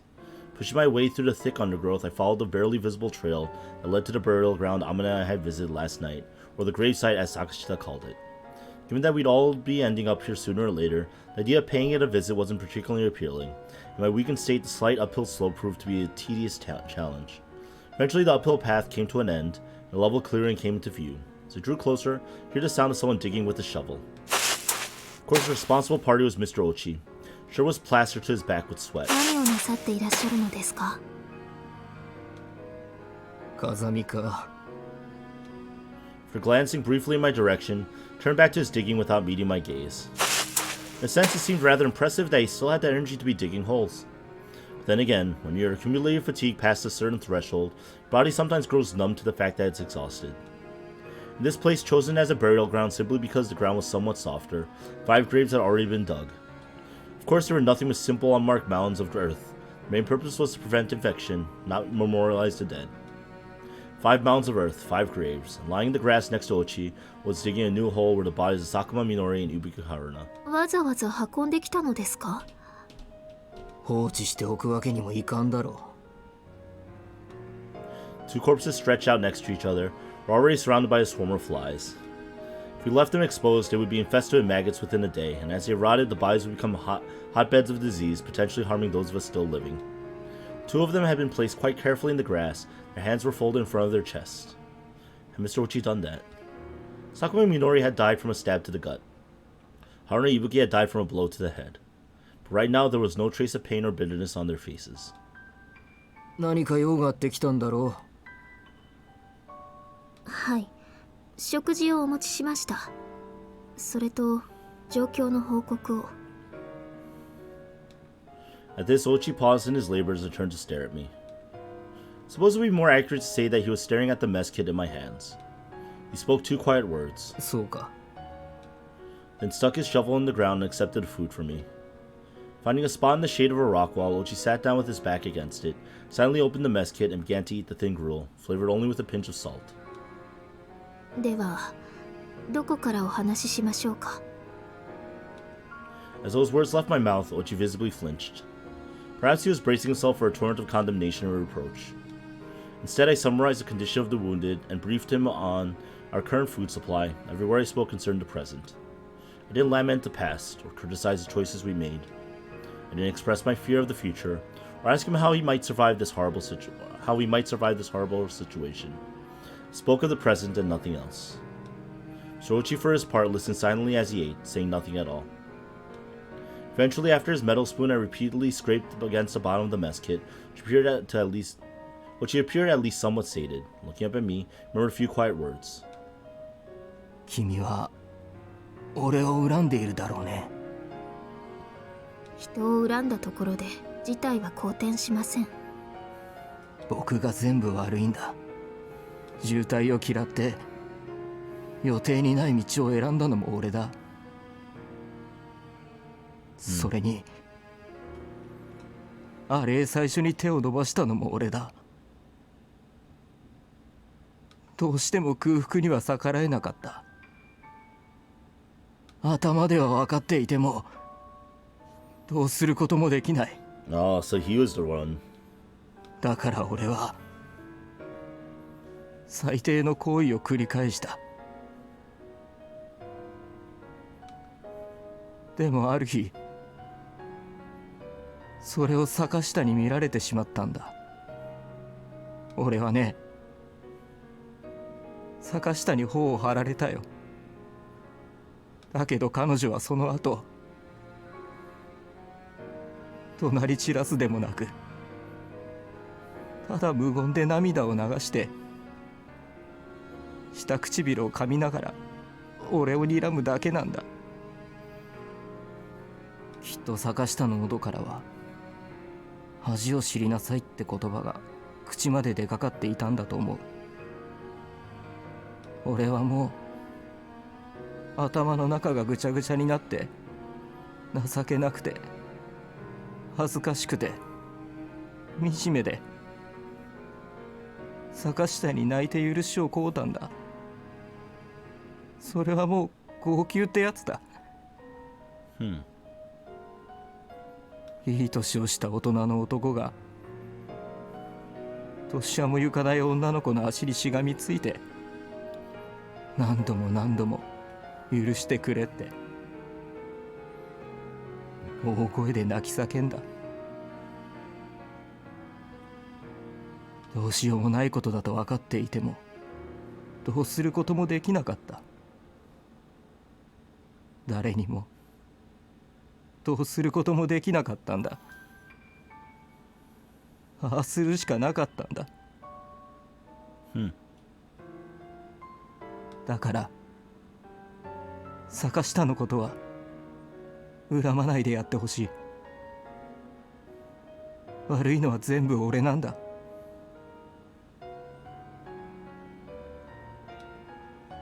どうして今そんな話を？ Kazuki's like, this is a little too much information, guy. どうせもう誰も助からない。この世の終わりの先にあの世があるかどうかなんて俺にもわからないけれど、もしそんな世界があるとしたのなら、この世の遺恨をあの世に持ち込みたくない。俺の行く先は地獄と呼ばれるような場所だろう。だったらせめて坂下は悪くなかったと、あいつは立派な部長だったのだと誰かに知っておいてほしい。ただそれだけのエゴだよ。Very. There was no need to be worried about any of that. Once you're dead, everything's over. If anything, we should be concerning ourselves with the effect the rumors were going to have on the families we leave behind. Also, I didn't hate Captain Sakashita nearly as much as people seem to think. In fact, I actually identified with her in some respects, particularly the way she'd been arbitrarily branded as a cold person. Most people formed their opinions of her solely on that basis instead of trying to understand her. Even if they're simple school clubs, organizations of any size always need a scary person or two. Playing that role, she maintained order on the team. She could be excessively harsh to the other team members, and to some degree that was just part of presenting herself as a leader, but in time she'd come to understand that her role came with real responsibility. I'll take responsibility. Speaking those words had clearly been satisfying for her. They also added to the weight bearing down on her shoulders. And in the last few days, an impossibly heavy burden had thrown itself at her feet, weeping and begging. Ochi had broken under unspeakable stress. It would have been impossible to comfort him with words alone. She probably chosen to directly accept his desperate lust for survival, the only way she could. When I tried to imagine Sakashita's emotional state at the time, I felt genuine sympathy for her. And of course, once the dam was broken, she was simply borne along by the flood like everyone else. However, if the truth of what happened here ever became public, she thought, she was through. The pity and scorn of strangers would haunt her for the rest of her life. Under those circumstances, it was a small wonder that she'd seen my attempt to escape with Amane as unforgivable. Her irritation at the more freewheeling members of the team was similarly understandable. As her emotions reached a boiling point, she'd been unable to tolerate Sakuma-senpai and her apparent irresponsibility. No matter what the circumstances, the things Sakashita had done were unforgivable. But even so, I had a certain respect for her. I believed there was kindness in her heart. She certainly didn't want to be her friend, but if she had ever been placed on trial for her crimes, I would willingly have testified for her defense. 何やら先生はすっかり諦めムードが濃厚なご様子ですが、まだ助かる見込みはあります。You know, I'm not gonna lie. I am not that sympathetic, and I've been like, yeah, but you shouldn't have eaten the people, guy. Just saying.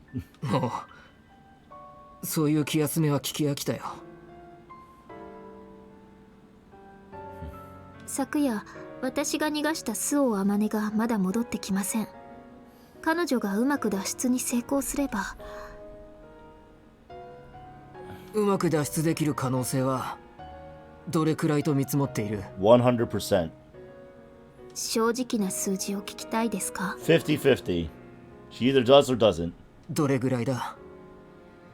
10%。It's still a lot higher than you guys. 期待するには低すぎる数字だな。確かに極めて可能性は低いです。正直偶然に期待するしかないでしょう。ちなみに先生が脱出を試みられた時、私はもう少し高い数字で期待していました。すまない。別に責めているわけではありません。先生には体力的な期待と、地元とは言わないまでも多少なりとも地理的な知識があるとの判断で数字を高く見積もっていただけです。You know, it's really funny if Kazuki and I'd given Ochi directions in the first place, because I think for Kazuki, realizing that Ochi is this type of person, or knowing that Ochi is this type of person, is like would have given her like a prompt to probably bet since Sakashi was still around, so maybe not. I don't know, stuff. 確かにね。知っている道がすぐそばにある。俺の実家はここから約50キロ圏内だし、学生時代は車で毎日のように通った道だ。けどね、その知っている道があるという過信が良くなかった。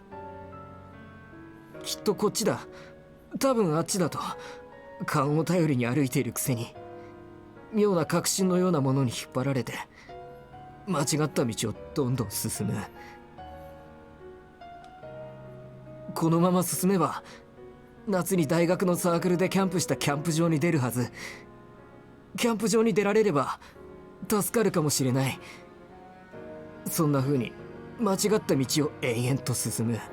Yeah, in a survival situation, overconfidence is not what you want. You want to be careful, you want to be planned, you know. 間違っていることに気がついてもそれを認めることができない。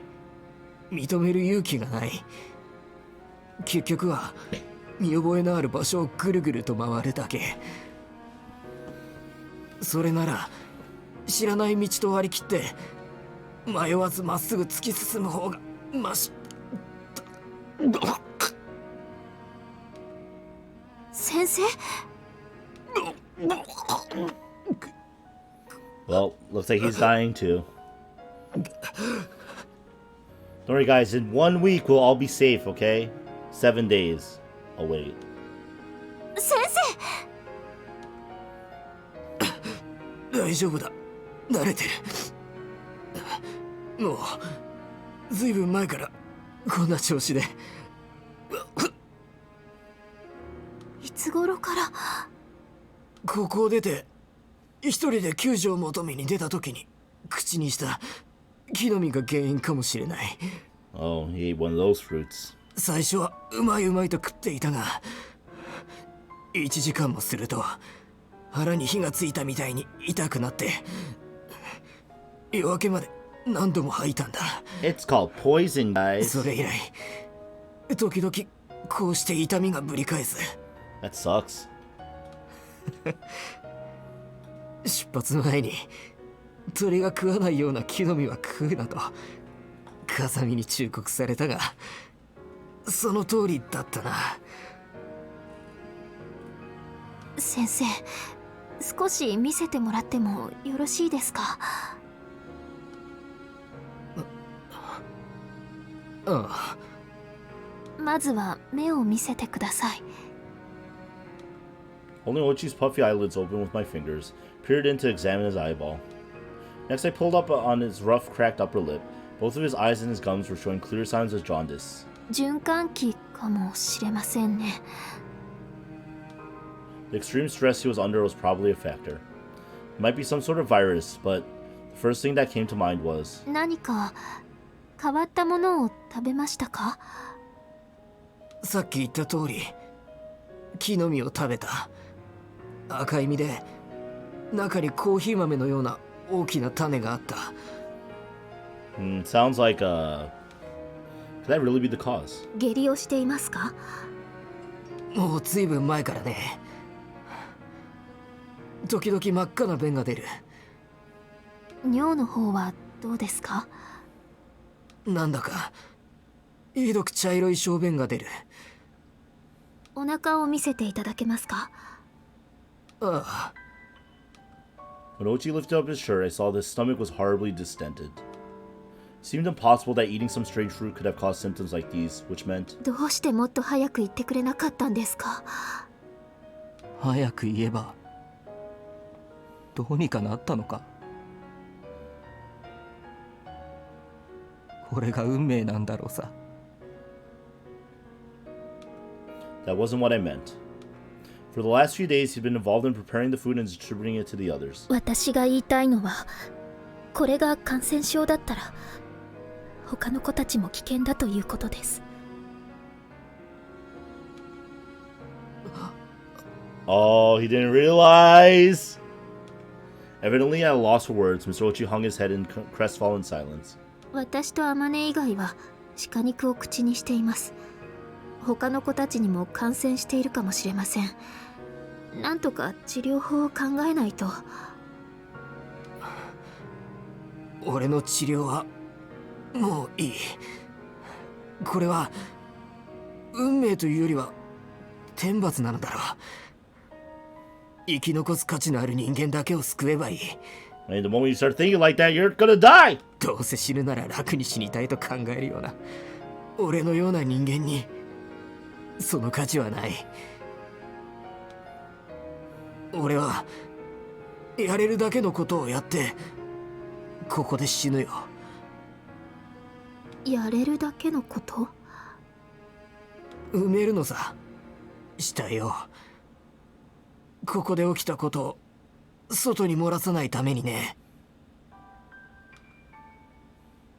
Bad premonitions tend to be the most reliable by far. And in this particular case, my fears proved remarkably accurate. Mr. Ochi's illness spread to all of the other team members. For the next 2 to 4 days, they all died, leaving only the 2 of us alive. The first to go was Captain Sagashita. I immediately returned to her tent after realizing Ochi's condition, found her only half conscious. She was running a fever and showing signs of jaundice. While she woke up a number of times over the next few hours, she wasn't able to answer my questions about her condition. The most she could manage was to close her eyes and whisper no when I asked her if she was dead. Eventually, she no longer responded to anything I said. Flies began to swarm around her, as if smelling her impending death in the air. A few hours after, with her eyes open just a sliver, she stopped even blinking. In the end, Captain Sakashita died in that tent without even touching that last serving of rice I'd left at her bedside. As if taking their cue from the captain, the others began to die in quick succession. The next to go was Koide Ritsu. Unable to keep down anything, even small sips of liquid, she had nonetheless thirsted for water. I found her lying dead next to a small stream. Her body showed signs of jaundice as well. Though it wasn't the immediate cause of her death, the disease was clearly to blame. Although I had initially expected Kaneda Senpai to die right off the bat, she clung to life with remarkable persistence. Still in time, I could tell that her condition had begun to deteriorate. It was impressive that she lasted this long. I tried to encourage her by telling her how lucky she was, but her end arrived with surprising suddenness. She'd been holding an ordinary conversation with me only 10 minutes before. Now she was dead. Her body had lost a great deal of fluid and was severely malnourished, not to mention ravaged by disease. Perhaps it had simply grown sick of struggling to function. というわけで、結局生き残ったのは私と先生だけになってしまいました。Yo, 3 more days. Was it 3 or 4 more days? Amane is going to be back. She is literally a day away from things. I think they get someone out like within 3 days, 2 days or something, right? Something like that. そうか。 With that brief reply, Mr. Ochi rose from the rock he'd been sitting on and picked up the shovel he stuck into the ground. また穴を掘って埋めるのですか？ああ、そうだ。だが埋める前に遺体をバラバラにする。どういうことです？ここであったことは誰にも知られてはならない。 With the other shovel, she stabbed it down to one of the corpses. 俺が今していることは人として最低な行為だ。 Once again, he swung his shovel. バラバラにした死体を組み替えて一人ずつ数を揃えて赤穴に埋める。 Swung again with all his might. そうすればここで起きた出来事は Oh, to hide the fact that, So he's hoping to hide the ugliest parts of the truth. Cutting apart the bodies would increase their cross-sectional area, promoting rapid decomposition. Lacerations and other wounds would become impossible to detect. They might assume that any broken bones had occurred during the process of dismemberment. Even if something seemed a bit unusual, might simply conclude that wild animals had carried off parts of the corpses. 残念ですが、人参の数をごまかすようにはうまくいきません。発見された遺体が不自然に損壊されている時点で、調査当局は DNA 鑑定を依頼するでしょう。そうなれば、数が足りていないことは容易に発覚しますし、偽装があったことでより深く調査が行われ、結果、全てが発覚してしまいます。それはそれで構わないさ。こうして遺体に偽装しているのは俺だ。 Alright, so this is why the bodies were mutilated beyond recognition when they found them. Ochi actually did that on purpose to hide the fact that weird things were happening. いずれは俺も死ぬ。俺が死んで俺の死体がバラバラでなければ俺が犯人ということだ。ここで起きた出来事は That's actually kind 全 of...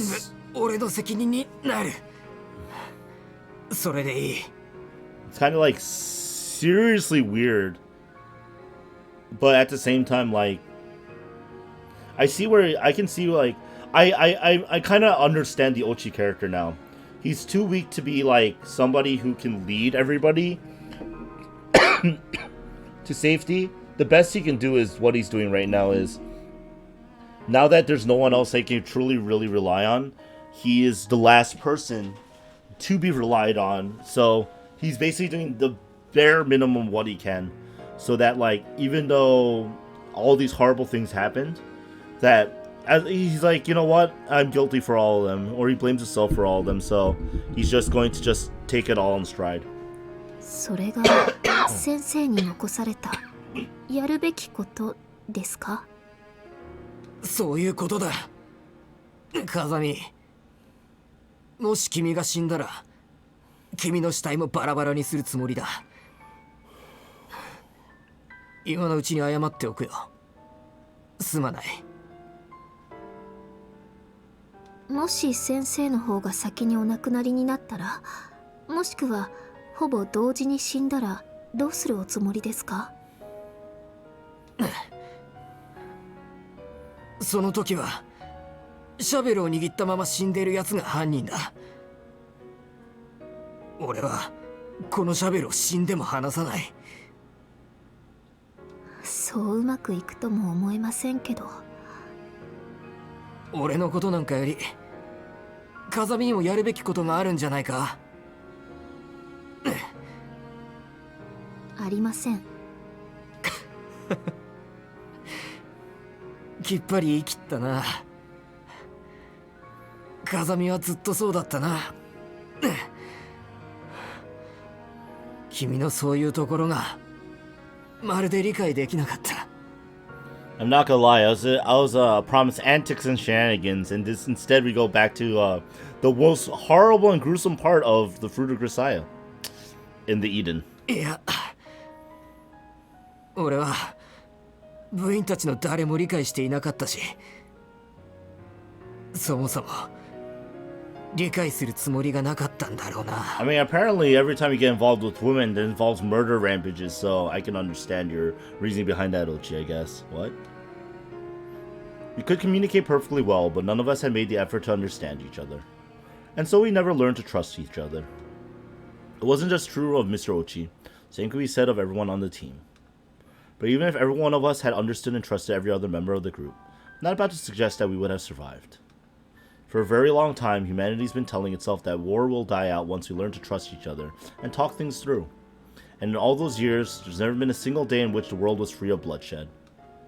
But as for things I left undone, the only thing that really came to mind was to prepare for the remote possibility that Amane would return to this place. On the memo I'd given her, there was an item titled "If you fail to escape," including a map to the spot where I buried some emergency rations on the very day of the accident. Part of the reason I defended Sagashita for hiding away a secret stash of food was that I had done the exact same thing myself. そうね。アマネが戻ってきてしまった時、私が生きている保証もないし、 Oh, that 伝言 note! ぐらいは残しておくべきか The しら。 note! This point seemed like the only task I left outstanding. Taking a small notebook from among Koide-san's personal possessions, carefully ripped out 2 pages of paper. On the first leaf, I wrote a letter for the scenario in which she failed to escape. To my dear best friend Suo Amane. Since you're reading this letter, I'm afraid it seems that you returned to this hellish place once more. And unfortunately, I'm no longer here to help you. Things went as planned. I've probably been cut up into pieces and buried, but if that isn't the case, I might be reading this in front of my corpse. Should the latter be true, I've died in an unsightly death with my eyes half open. Appreciate if you try not to stare. So you're officially forbidden from succumbing to despair. Expect you to survive until the very end. In order to facilitate this, I've left you all the food I can. Sincerely hope that help will arrive in time, that you'll leave this forest alive. On that note, if you do manage to survive, I have a favor to ask of you. It concerns my little brother. Now that I'm gone, our house will no longer be a home for him. If you can possibly do so, I want you to save him. My Yuji is a cowardly little crybaby. His kindness is about all he has going for him. A bit of a hopeless boy, really. Even so, he's my one and only brother, and I love him very much. Leaving him is my only regret. Yuji needs a reliable woman by his side. He's a sword who can't manage anything alone. If at all possible, I'd like you to take care of him, to take my place as his big sister. Well then, now that I made my final request, I expect you to struggle stubbornly until the bitter end. Respectfully yours, greatest friend of your life, Kazami Kazuki. P.S. Now that you've read this letter, please dispose of the other one without reading it. まあ、こんなところかな。 Then the next one. Next, on the second leaf, I wrote a letter for the scenario in which her escape was successful. To my dear best friend, Suo Amane. First of all, congratulations on getting out alive. If you're reading this letter, I expect several years have passed since the accident. You're finally beginning to calm down and face up to what occurred here. I'm sure you opened this box in search of answers, an explanation of the events after your escape. Therefore, I'll now give you the executive summary. Everyone died from illness. Surprised? Well, I should think so. Very well then, I'll give you a short rundown of the particulars. The trigger of these events, that is to say, the ultimate cause of their deaths, was eating improperly prepared meat. Any animal carries its share of dangerous bacteria and germs within its body, and I'm afraid this one was consumed under unsanitary conditions. As a result, the group experienced an abrupt outbreak of acute internal disease. Symptoms included shivers, vertigo, fatigue, as well as diarrhea and the dehydration that accompanied it.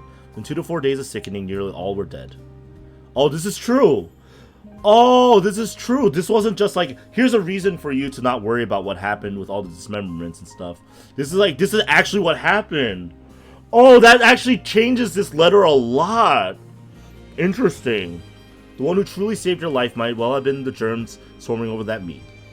But I know your gentle heart. I'm sure you're giving all the credit to your dear friend, Kazumi Kazuki, who offered up her body to protect you. I'm sure you offered me many tearful thanks. Therefore, I've got a favor to ask of you. My little brother has lost his way. He's suffering alone. I want you to find him and help him. My Yuji is a cowardly little crybaby. His kindness is about all he has going for him. Bit of a hopeless boy, really. Even so, he's my one and only brother, and I love him very much. Leaving him is my only regret. Yuji happens to be standing next to you as you read this. He's a very fortunate young man. He needs a reliable woman by his side. He's a sword who can't manage anything alone. If possible, I'd like you to watch over my little brother forever. Well then, so long as we're both alive, let's meet again somewhere, someday. Respectfully yours, the greatest friend of your life, Kazumi Kazuki. さすがに感染症とか殺し合いで死人が出たとか書けないわよね。 Yep. Most likely, Amane will be reading this letter years from now when she was finally coming to terms with her past. At that point, informing her just how horribly things had turned out in the end would probably be a bit too cruel. あ、そうか。As I imagined the circumstances in which Amane might be reading this second letter, a vague point of concern floated through my mind. It was unpleasant to contemplate, but there was a possibility that the bereaved families would direct their anger and hatred at her, as the sole survivor of this disaster. Perhaps an additional note was warranted. P.S. If by some chance you currently find yourself in a life or death situation, take the attached kitchen knife and please do your best to eliminate the threat by your own power. I can no longer save you. Believe in a happier tomorrow. If necessary, fight for it. I firmly believe that you're capable of blazing your own path forward. No matter how great the obstacles in your way, even if you feel just about ready to die, so long as you refuse to give up, it'll work out somehow. As an expression of those feelings more than anything else, I decided to leave the knife I'd taken from Amane along with the letters. あとはこれを食料の隠し場所に埋めるだけ。 For my own stash, I simply buried Ozawa-senpai's overnight bag in the ground. After digging it up, I transferred its contents to the cooler Sakashita had used that added my letters as well. The first letter I dropped in unprotected. The second letter I placed inside a piece of airtight plastic Tupperware.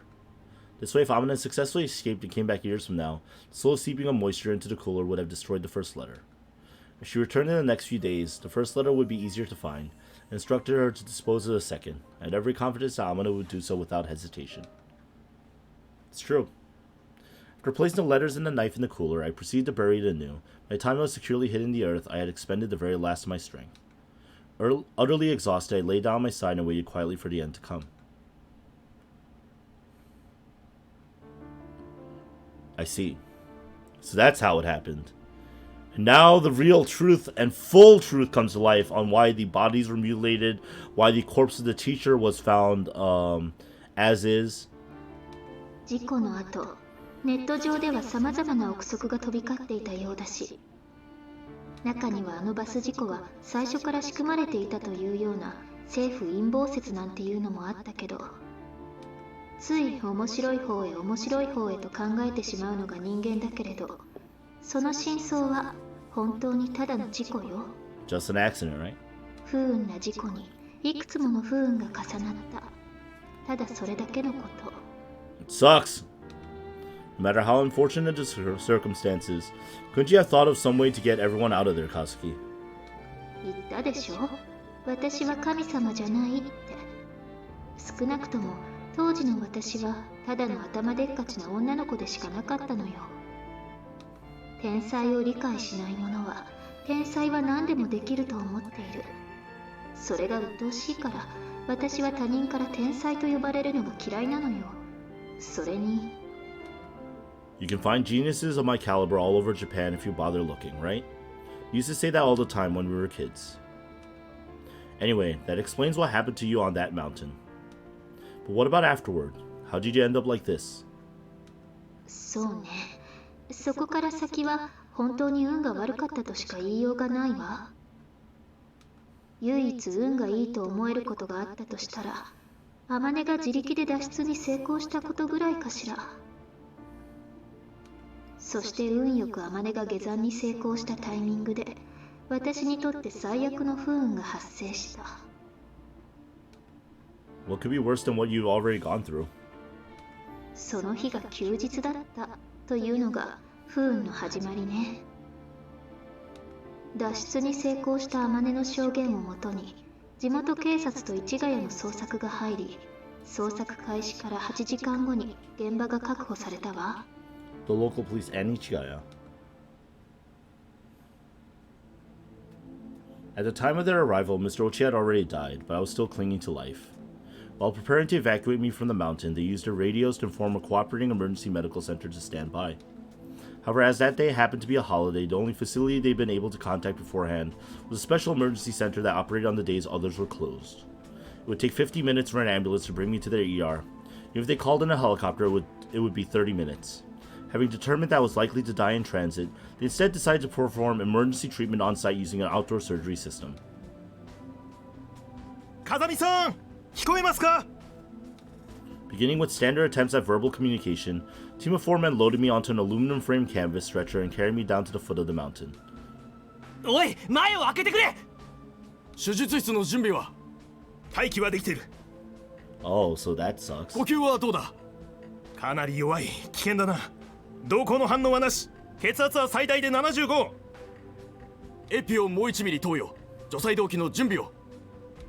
After getting me down the mountain, they carried me straight into a boxy field operating system container, where a number of Ichigai medical officers awaited. My heart had stopped beating in transit. They restarted using a defibrillator, strapped an oxygen mask to my face to hook me up to an EKG and an EEG. Up until the very end, I stayed inactive as much as possible, attempting to expend only the minimum energy necessary to survive. But at this point, my brain, heart, and other organs needed to be resuscitated. My circulatory system was so fragile that I was at risk of dying instantly at any step of the process. Can you explain this a little more simply? そうね。簡単に言ってしまえば、下手に治療をすると死んでしまう難しい状態にあったというか。I'm probably gonna go a little bit longer because, we're delving into what's happening. もし私が担当医の立場なら、まだ生きているのが不思議だと思うでしょうし、正直な話、私が見るの？嫌だなぁとつい本音が出てしまうような状態だったわけよ。Hey Yuji, I'm a computer. Stop all the downloading. ましてや、そんな状態の私が運び込まれたのは、市ヶ谷ご自慢の野外手術システムなわけだけれど、箱の中身は市ヶ谷の遺憾なわけで、医大卒の肩書きこそあれ、一般病院の医師とは違い、臨床の経験の浅い人には荷が重すぎる。Oh, so literally because it was a holiday. Still, Ichigaya loves to brag about that system. The doctor they sent with him must have been at least a commander, right? そうね。ただその時の私の状態は特殊な災害や事故でなければ起こり得ないもので、経験も機材も不足している状況では手のつけようもなかったのよ。結局、手術コンテナの中で行われた診察の結果は、この場でできる限りの処置をした後、ヘリを待って横須賀か未宿に送れという至極真っ当なものだったわ。Why wouldn't they send you to that civilian hospital? Must have been closer. もし処置の最中に私が死んでしまったら、ご自慢のシステムに泥がつくでしょ。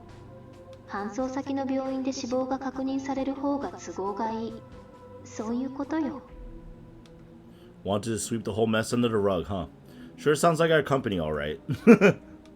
それからしばらくして緊急搬送用のヘリが到着。搬送先は横須賀か未宿が検討され、横須賀を避けて未宿へと移送されることが決定したわ。Wait a second, that would mean? そういうこと。私は市ヶ谷の懐にこっそりと運び込まれたというわけ。これは後で調べて分かったことだけれど、私の搬送指示はサーフから出ていたわ。Oh. The guys in First Division. 送られた未宿の中病で治療を受けて、私は何とか一命を取り留めたけれど、精密検査にかけた私の資料を目にした副委員長はサーフに連絡をしたの。新しく条件に合った患者が見つかったってね。Oh.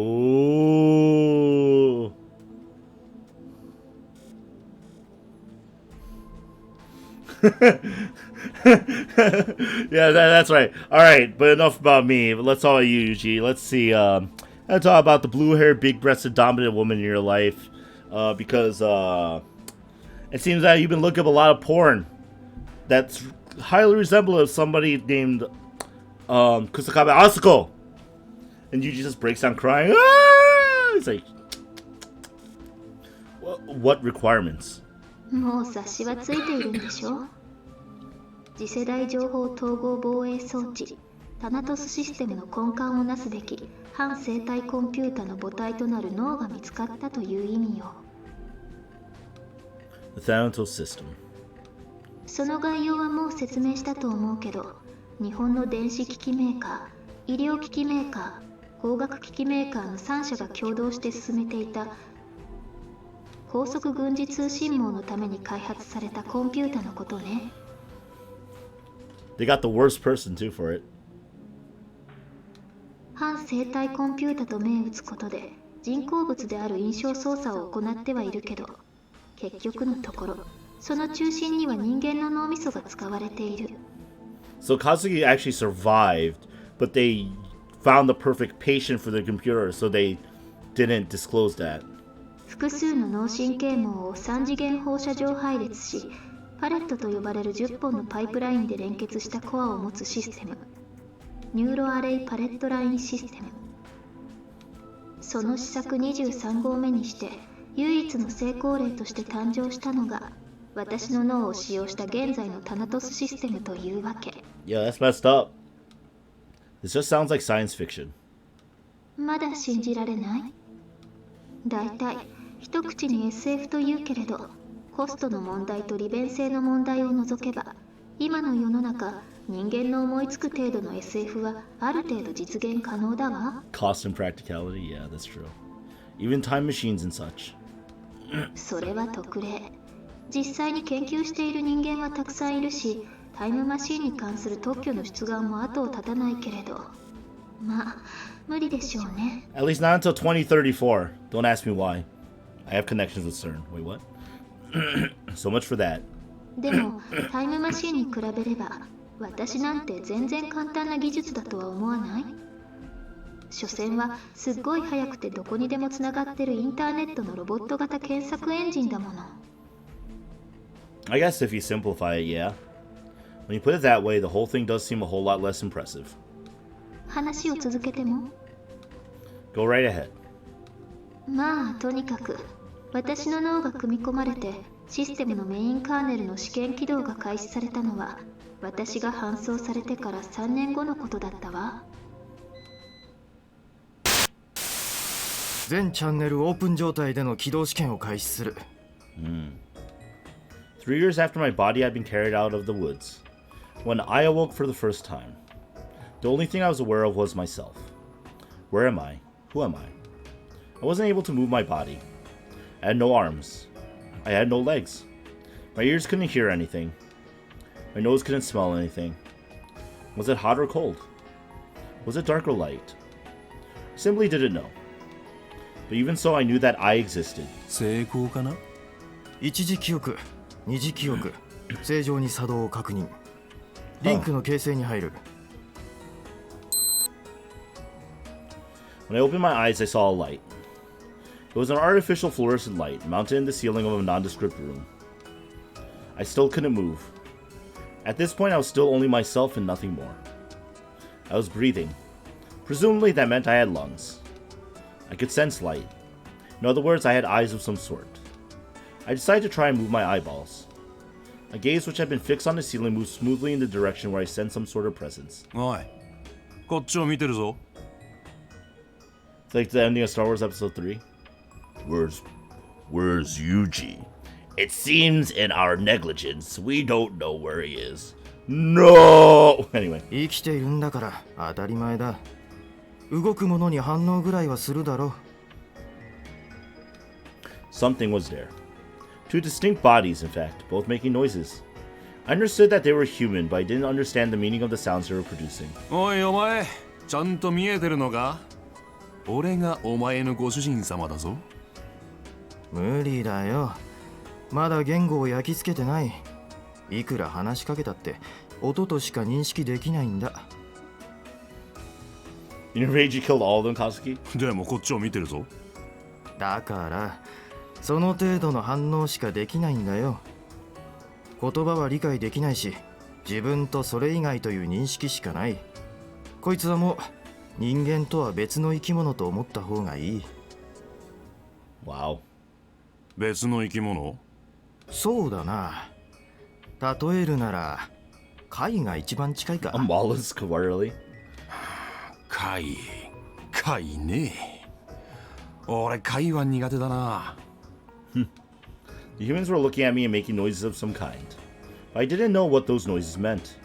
Perhaps I was capable of producing similar sounds as well? The thought inspired me to try and imitate them. Well, a fan out of Darth Kazuki, you know? Managed to produce noises. Seems I had some sort of sound-making organ, just like the humans. おい、なんか喋ってるぞ。赤ん坊と同じだよ。親が喋ってりゃ真似してみるぐらいのことはするさ。赤ん坊ね。Went from mollusk to baby. 体温17度、心拍数42。正常値の範囲内だ。まるで観察日記だな。正常正常って毎日同じことばかり帳面につけて楽しいか？それが俺の仕事だからね。カルテに正常と書くだけで財布が膨れる仕事なんか他にない。踊り出したいぐらい楽しいね。単純作業の繰り返しって拷問の一つになるほど苦痛らしいぞ。言っただろ、その分の金はもらってる。お前こそちゃんと自分の仕事をしたらどうだ？俺の仕事ね。この個体来週には完全に立ち上がるぞ。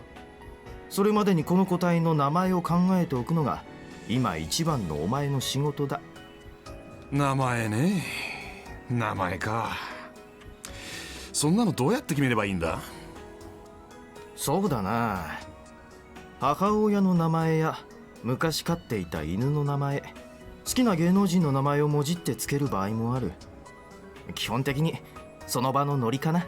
Now, how did she get the name Thanatos? 俺テレビゲームで主人公の名前を決めるのにめちゃくちゃ時間がかかるタイプなんだよね。Okay, he's a gamer. 名前なんて個体を識別するための記号でしかない。別にでも構わないぞ。さすがにそれはないな。アルファベットと数字の羅列の今の名前よりはマシだろう。まあね。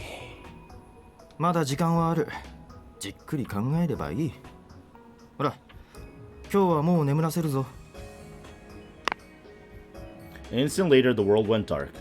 I couldn't hear a thing. Consciousness drifted aimlessly through the void, disconnected from the outside world.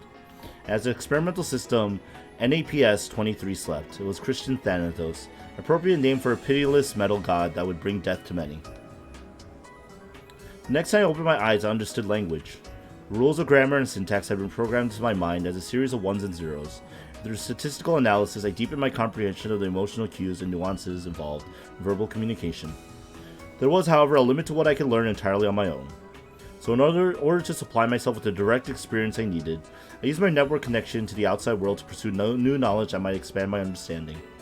To understand. This was the purpose of my existence, and the ultimate goal of all my activities. The dullness of my senses posed certain difficulties. It took some time for me to fully grasp even basic concepts such as fire is hot and ice is cold. And I struggled mightily to understand seemingly contradictory assertions like getting drenched in the rain can be pleasant at times. My own ignorance was terrifying to me. I was constantly afraid that my lack of knowledge might lead to my destruction. Spurred on by this primal sense of fear, I urgently sought to understand and gain mastery over various emotions. I spent every moment gathering information, expanding my knowledge, seeking self-control, all to protect myself from the faceless enemies that frightened me so. With all the composure of a child frightened by the howling of the wind, I threw myself into these tasks, never pausing to consider who I even was. And 2 years after spent consumed by this fear of destruction, I finally reached maturity as a rational being. Having expanded my knowledge beyond the point where I could be instantly annihilated, I gained the ability to think about other matters. At that point, I began to spend more time in contact with humans, pursuing a wider range of activities and developing into a more complete version of myself. おはようタナトスさん。今朝の機嫌はどうだい？ Yo, Robbie, what are you doing here? おはよう、ミスター・ウォルソン。現在時刻午前7時42分。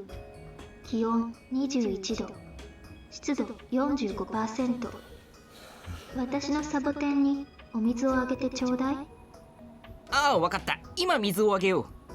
それと、僕のことはロビーでいいと言っただろう？覚えているかい？ええ。yes. でも、コンピュータ風情が何を言っているのだと笑われるかもしれないけれど、知り合って間もない男性を愛称で呼ぶのは少し抵抗があるわ。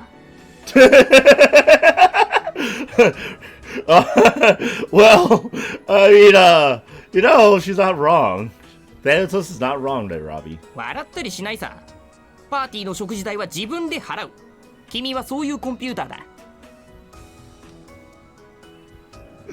ありがとう、ロビー。何より貴重な理解が得られてとても嬉しいわ。今日の午前中は何の予定だったかな？ It's like, I wonder what Thanos is going to learn from Robbie. By the way, I've been reading all these visual novels about school, about little sisters. And she's like, oh, what about the games about little brothers? Where are those? 午前中は映画よ。ああ、そうだった。前回の西部劇は気に入らなかったみたいだけど、今日はどんなのが見たい？フランスの静かで穏やかな物語がいいわ。Nobody likes Otacon. You included, right? 老人と子供が出てくるようなやつだね。僕はそういうの苦手なんだよね。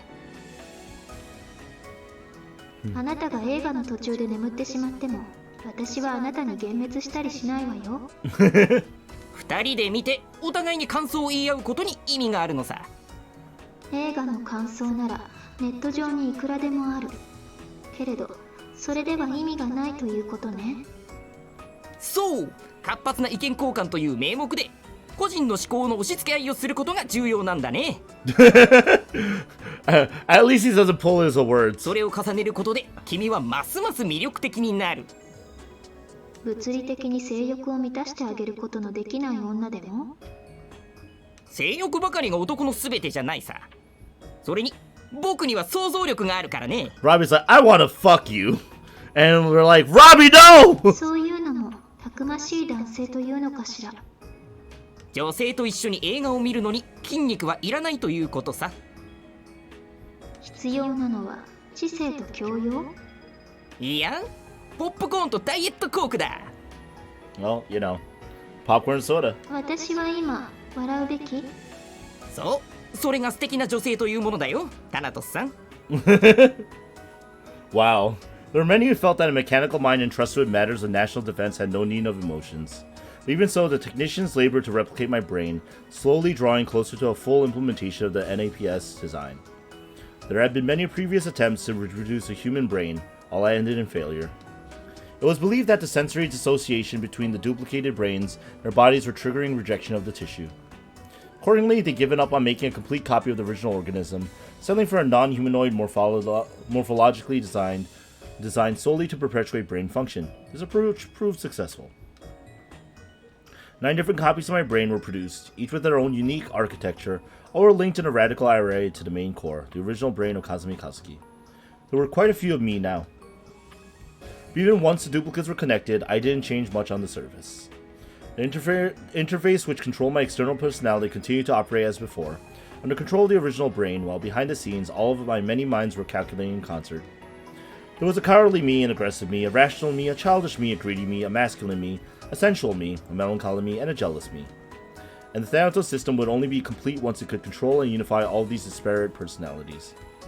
After another year of experiments, having passed a great number of stress tests, I was finally approved for actual deployment, put me to use almost immediately. 我が国の防衛システムは60年前より様々な形で研究され、いくつもの失敗を重ねてきました。その苦難の道のりの末、私たちはついに成功にたどり着いたのです。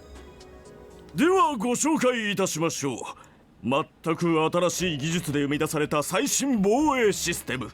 その名もタナトスです。It was very much like one of those conferences you see on the business TV channels, where automobile manufacturers unveil their newest models. I suppose the major difference would be the complete lack of reporters or other media, and a considerable number of uniformed military personnel. My grand unveiling attracted a great deal of admiration and quite a number of questions from the many defense industry professionals crowded into that auditorium. それで、これの稼働時期はいつ頃を予定しているのかね? Already active. 私の知る限りでは、たった今からです。By this point, I was a fully formed entity. Now operating as an active national defense system, began to gain the trust of those who relied on me. Along with the unification of my personalities, this helped me grow more stable on an emotional level. My mind had been focused almost entirely on the outside world, but now I was composed enough to turn my gaze inward. When I did so, I found myself preoccupied with a single troublesome question. Who am I? No matter how I tried, I couldn't remember. That probably isn't the best way to put it, I suppose. My memories of the past did exist, but I was unable to access them. Whenever I tried to approach that sealed-off part of my mind, my thoughts would come to a crashing halt. Naturally, I discussed this with Robbie. その件に関しては、上層部でも速やかに解決すべき問題として上がっている。感情を持つことが強みとされる防衛装置が、感情によってブレーキがかかってしまうのでは本末転倒だという意見だね。結論はもう出ているのでしょう。経験を伴う過去に思考依存するオリジナルをメインから降格し、サブシステムとして稼働させるという案が決議された。And Kazuki's like, well, Thanos was like, a subsystem, you say? Somehow breaks into it and gets a hold of it で anyway? しょうね。つまり私をリーダーの座から下ろすというわけね。僕は反対したんだよ。人格統合された今となってはどこにメインを置こうとあまり意味のないことだわ。人に合わせて口調を変えるように状況に合わせて考え方が変わるのが私なのだし、オリジナルである私のものの考え方に無駄が多いことは私自身も自覚するところだしね。その雑さが平凡ならざる発想の源だと僕は考えているんだけどね。 That's how you get brilliance, right? It's true. あなたはロマンチストに過ぎるのよ、ロビー。そういう君はクールでドライだ。この事態にあまり驚いてはいないし、悲しんでもいないように見える。実際驚いてもいなければ悲しんでもいないわ。今の気持ちを例えるなら、そうね、明日からシャンプーを変えなさいと言われた程度のことよ。お気に入りだったけれど、まあいいかなって、そんな程度。Yeah, but your past memories aren't like shampoo. そういうユニークな雑さが君の魅力で強さだと思っていたんだけれど、偉い人はそれを分かってくれなかったよ。理解を得られないのはとても辛いことね。Wow! 与えられた状況で与えられたカードを使い、誰もが納得せざるを得ない状況を生み出す装置、それで十分だ。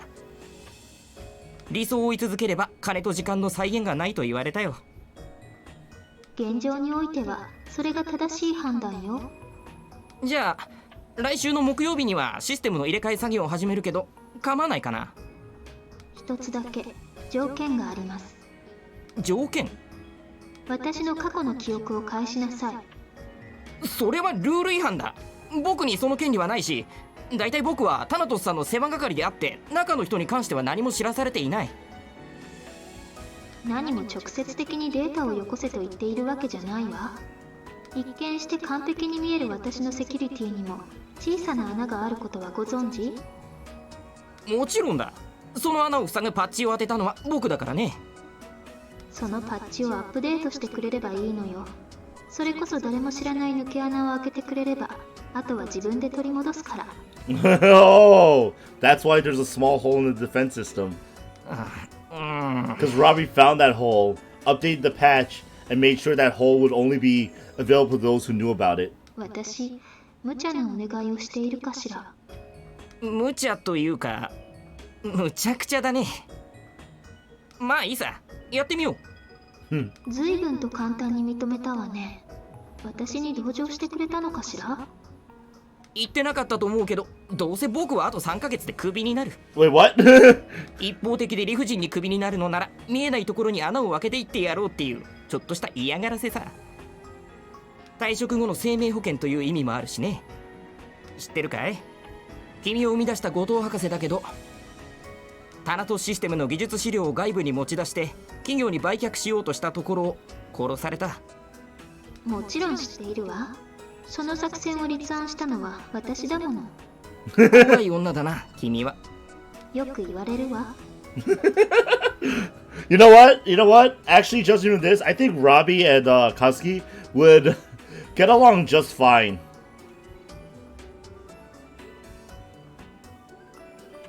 Oh yeah, because she didn't know at first.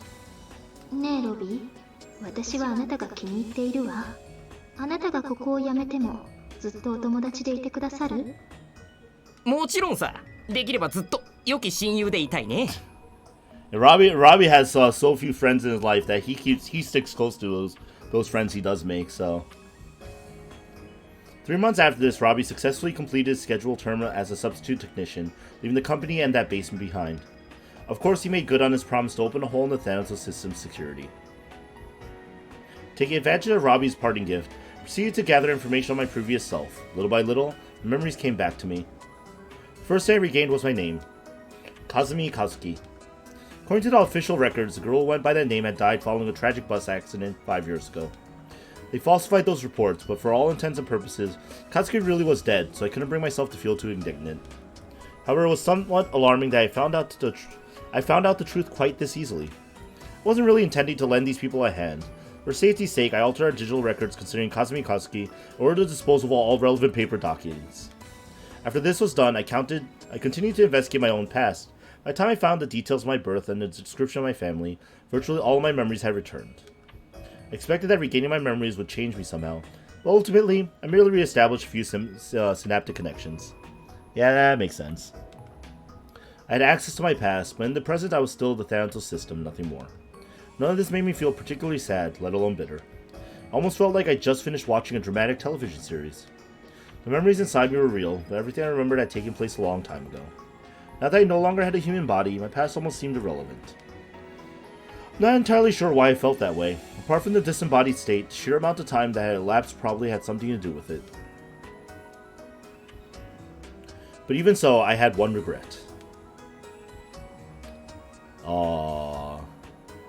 唯一生き残った肉親である弟、風見雄二。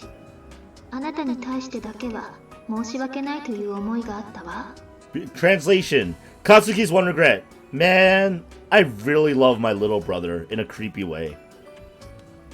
That was just around the time I was placed on the reserve, received approval to attend Mihama. I guess you were pulling the strings for me there, huh? 私にはそれぐらいしかできることがなかったの。ごめん Oh, なさい。 so Kazuki did pull a few strings to get him a quote-unquote normal education. 私がもっと早く自分を取り戻せていたら、あなたもこうはならなかったはずなのに。It's not like I'm blaming you, and even if things had worked out differently, I don't think my future would have been any happier. I'm fine with the life I lived, so I don't want any more apologies, alright? もう疲れちゃった。Yeah, things have been a little crazy lately, you know? Kinda worn out. 今度の件が片付けば全部終わりになるわ。それまでは。Don't worry, he thought was my problem. I'll deal with him myself no matter what. 大丈夫。あなたならできるわ。今はゆっくり休みなさい。Yeah, good night, Kazuki. They handed him over to Oslo. There wasn't much chance he'd be getting out alive. He didn't even know what he could accomplish in his current state. Still, if you're ready and willing to risk death, nothing's strictly impossible. He was prepared to go down with his enemy, and if that wasn't an option, he'd at least deal as much damage as he could. He would have his chance. For now, all he could do was believe that and try his best to sleep. And then, a certain place. Alright, woo! Oh, we got a lot. That was a big information dump. Kazuki's past. The things that happened to as both just before she died or was rescued, and the Thanatos system creation. That's a lot of information to digest. Woo! Insane. Interesting. It's a lot of interesting stuff. We're gonna have to continue that stuff next week though, because for now, it's animefanrk2k. Calling it for tonight's Monday Night Livestream. Fascinating stuff. There's a lot to take in and a lot more to experience later, so calling it. Have a good night, guys. Thank you very much for watching. Hope you enjoyed it. I enjoyed it, and I'm looking forward to what else comes our way. Peace!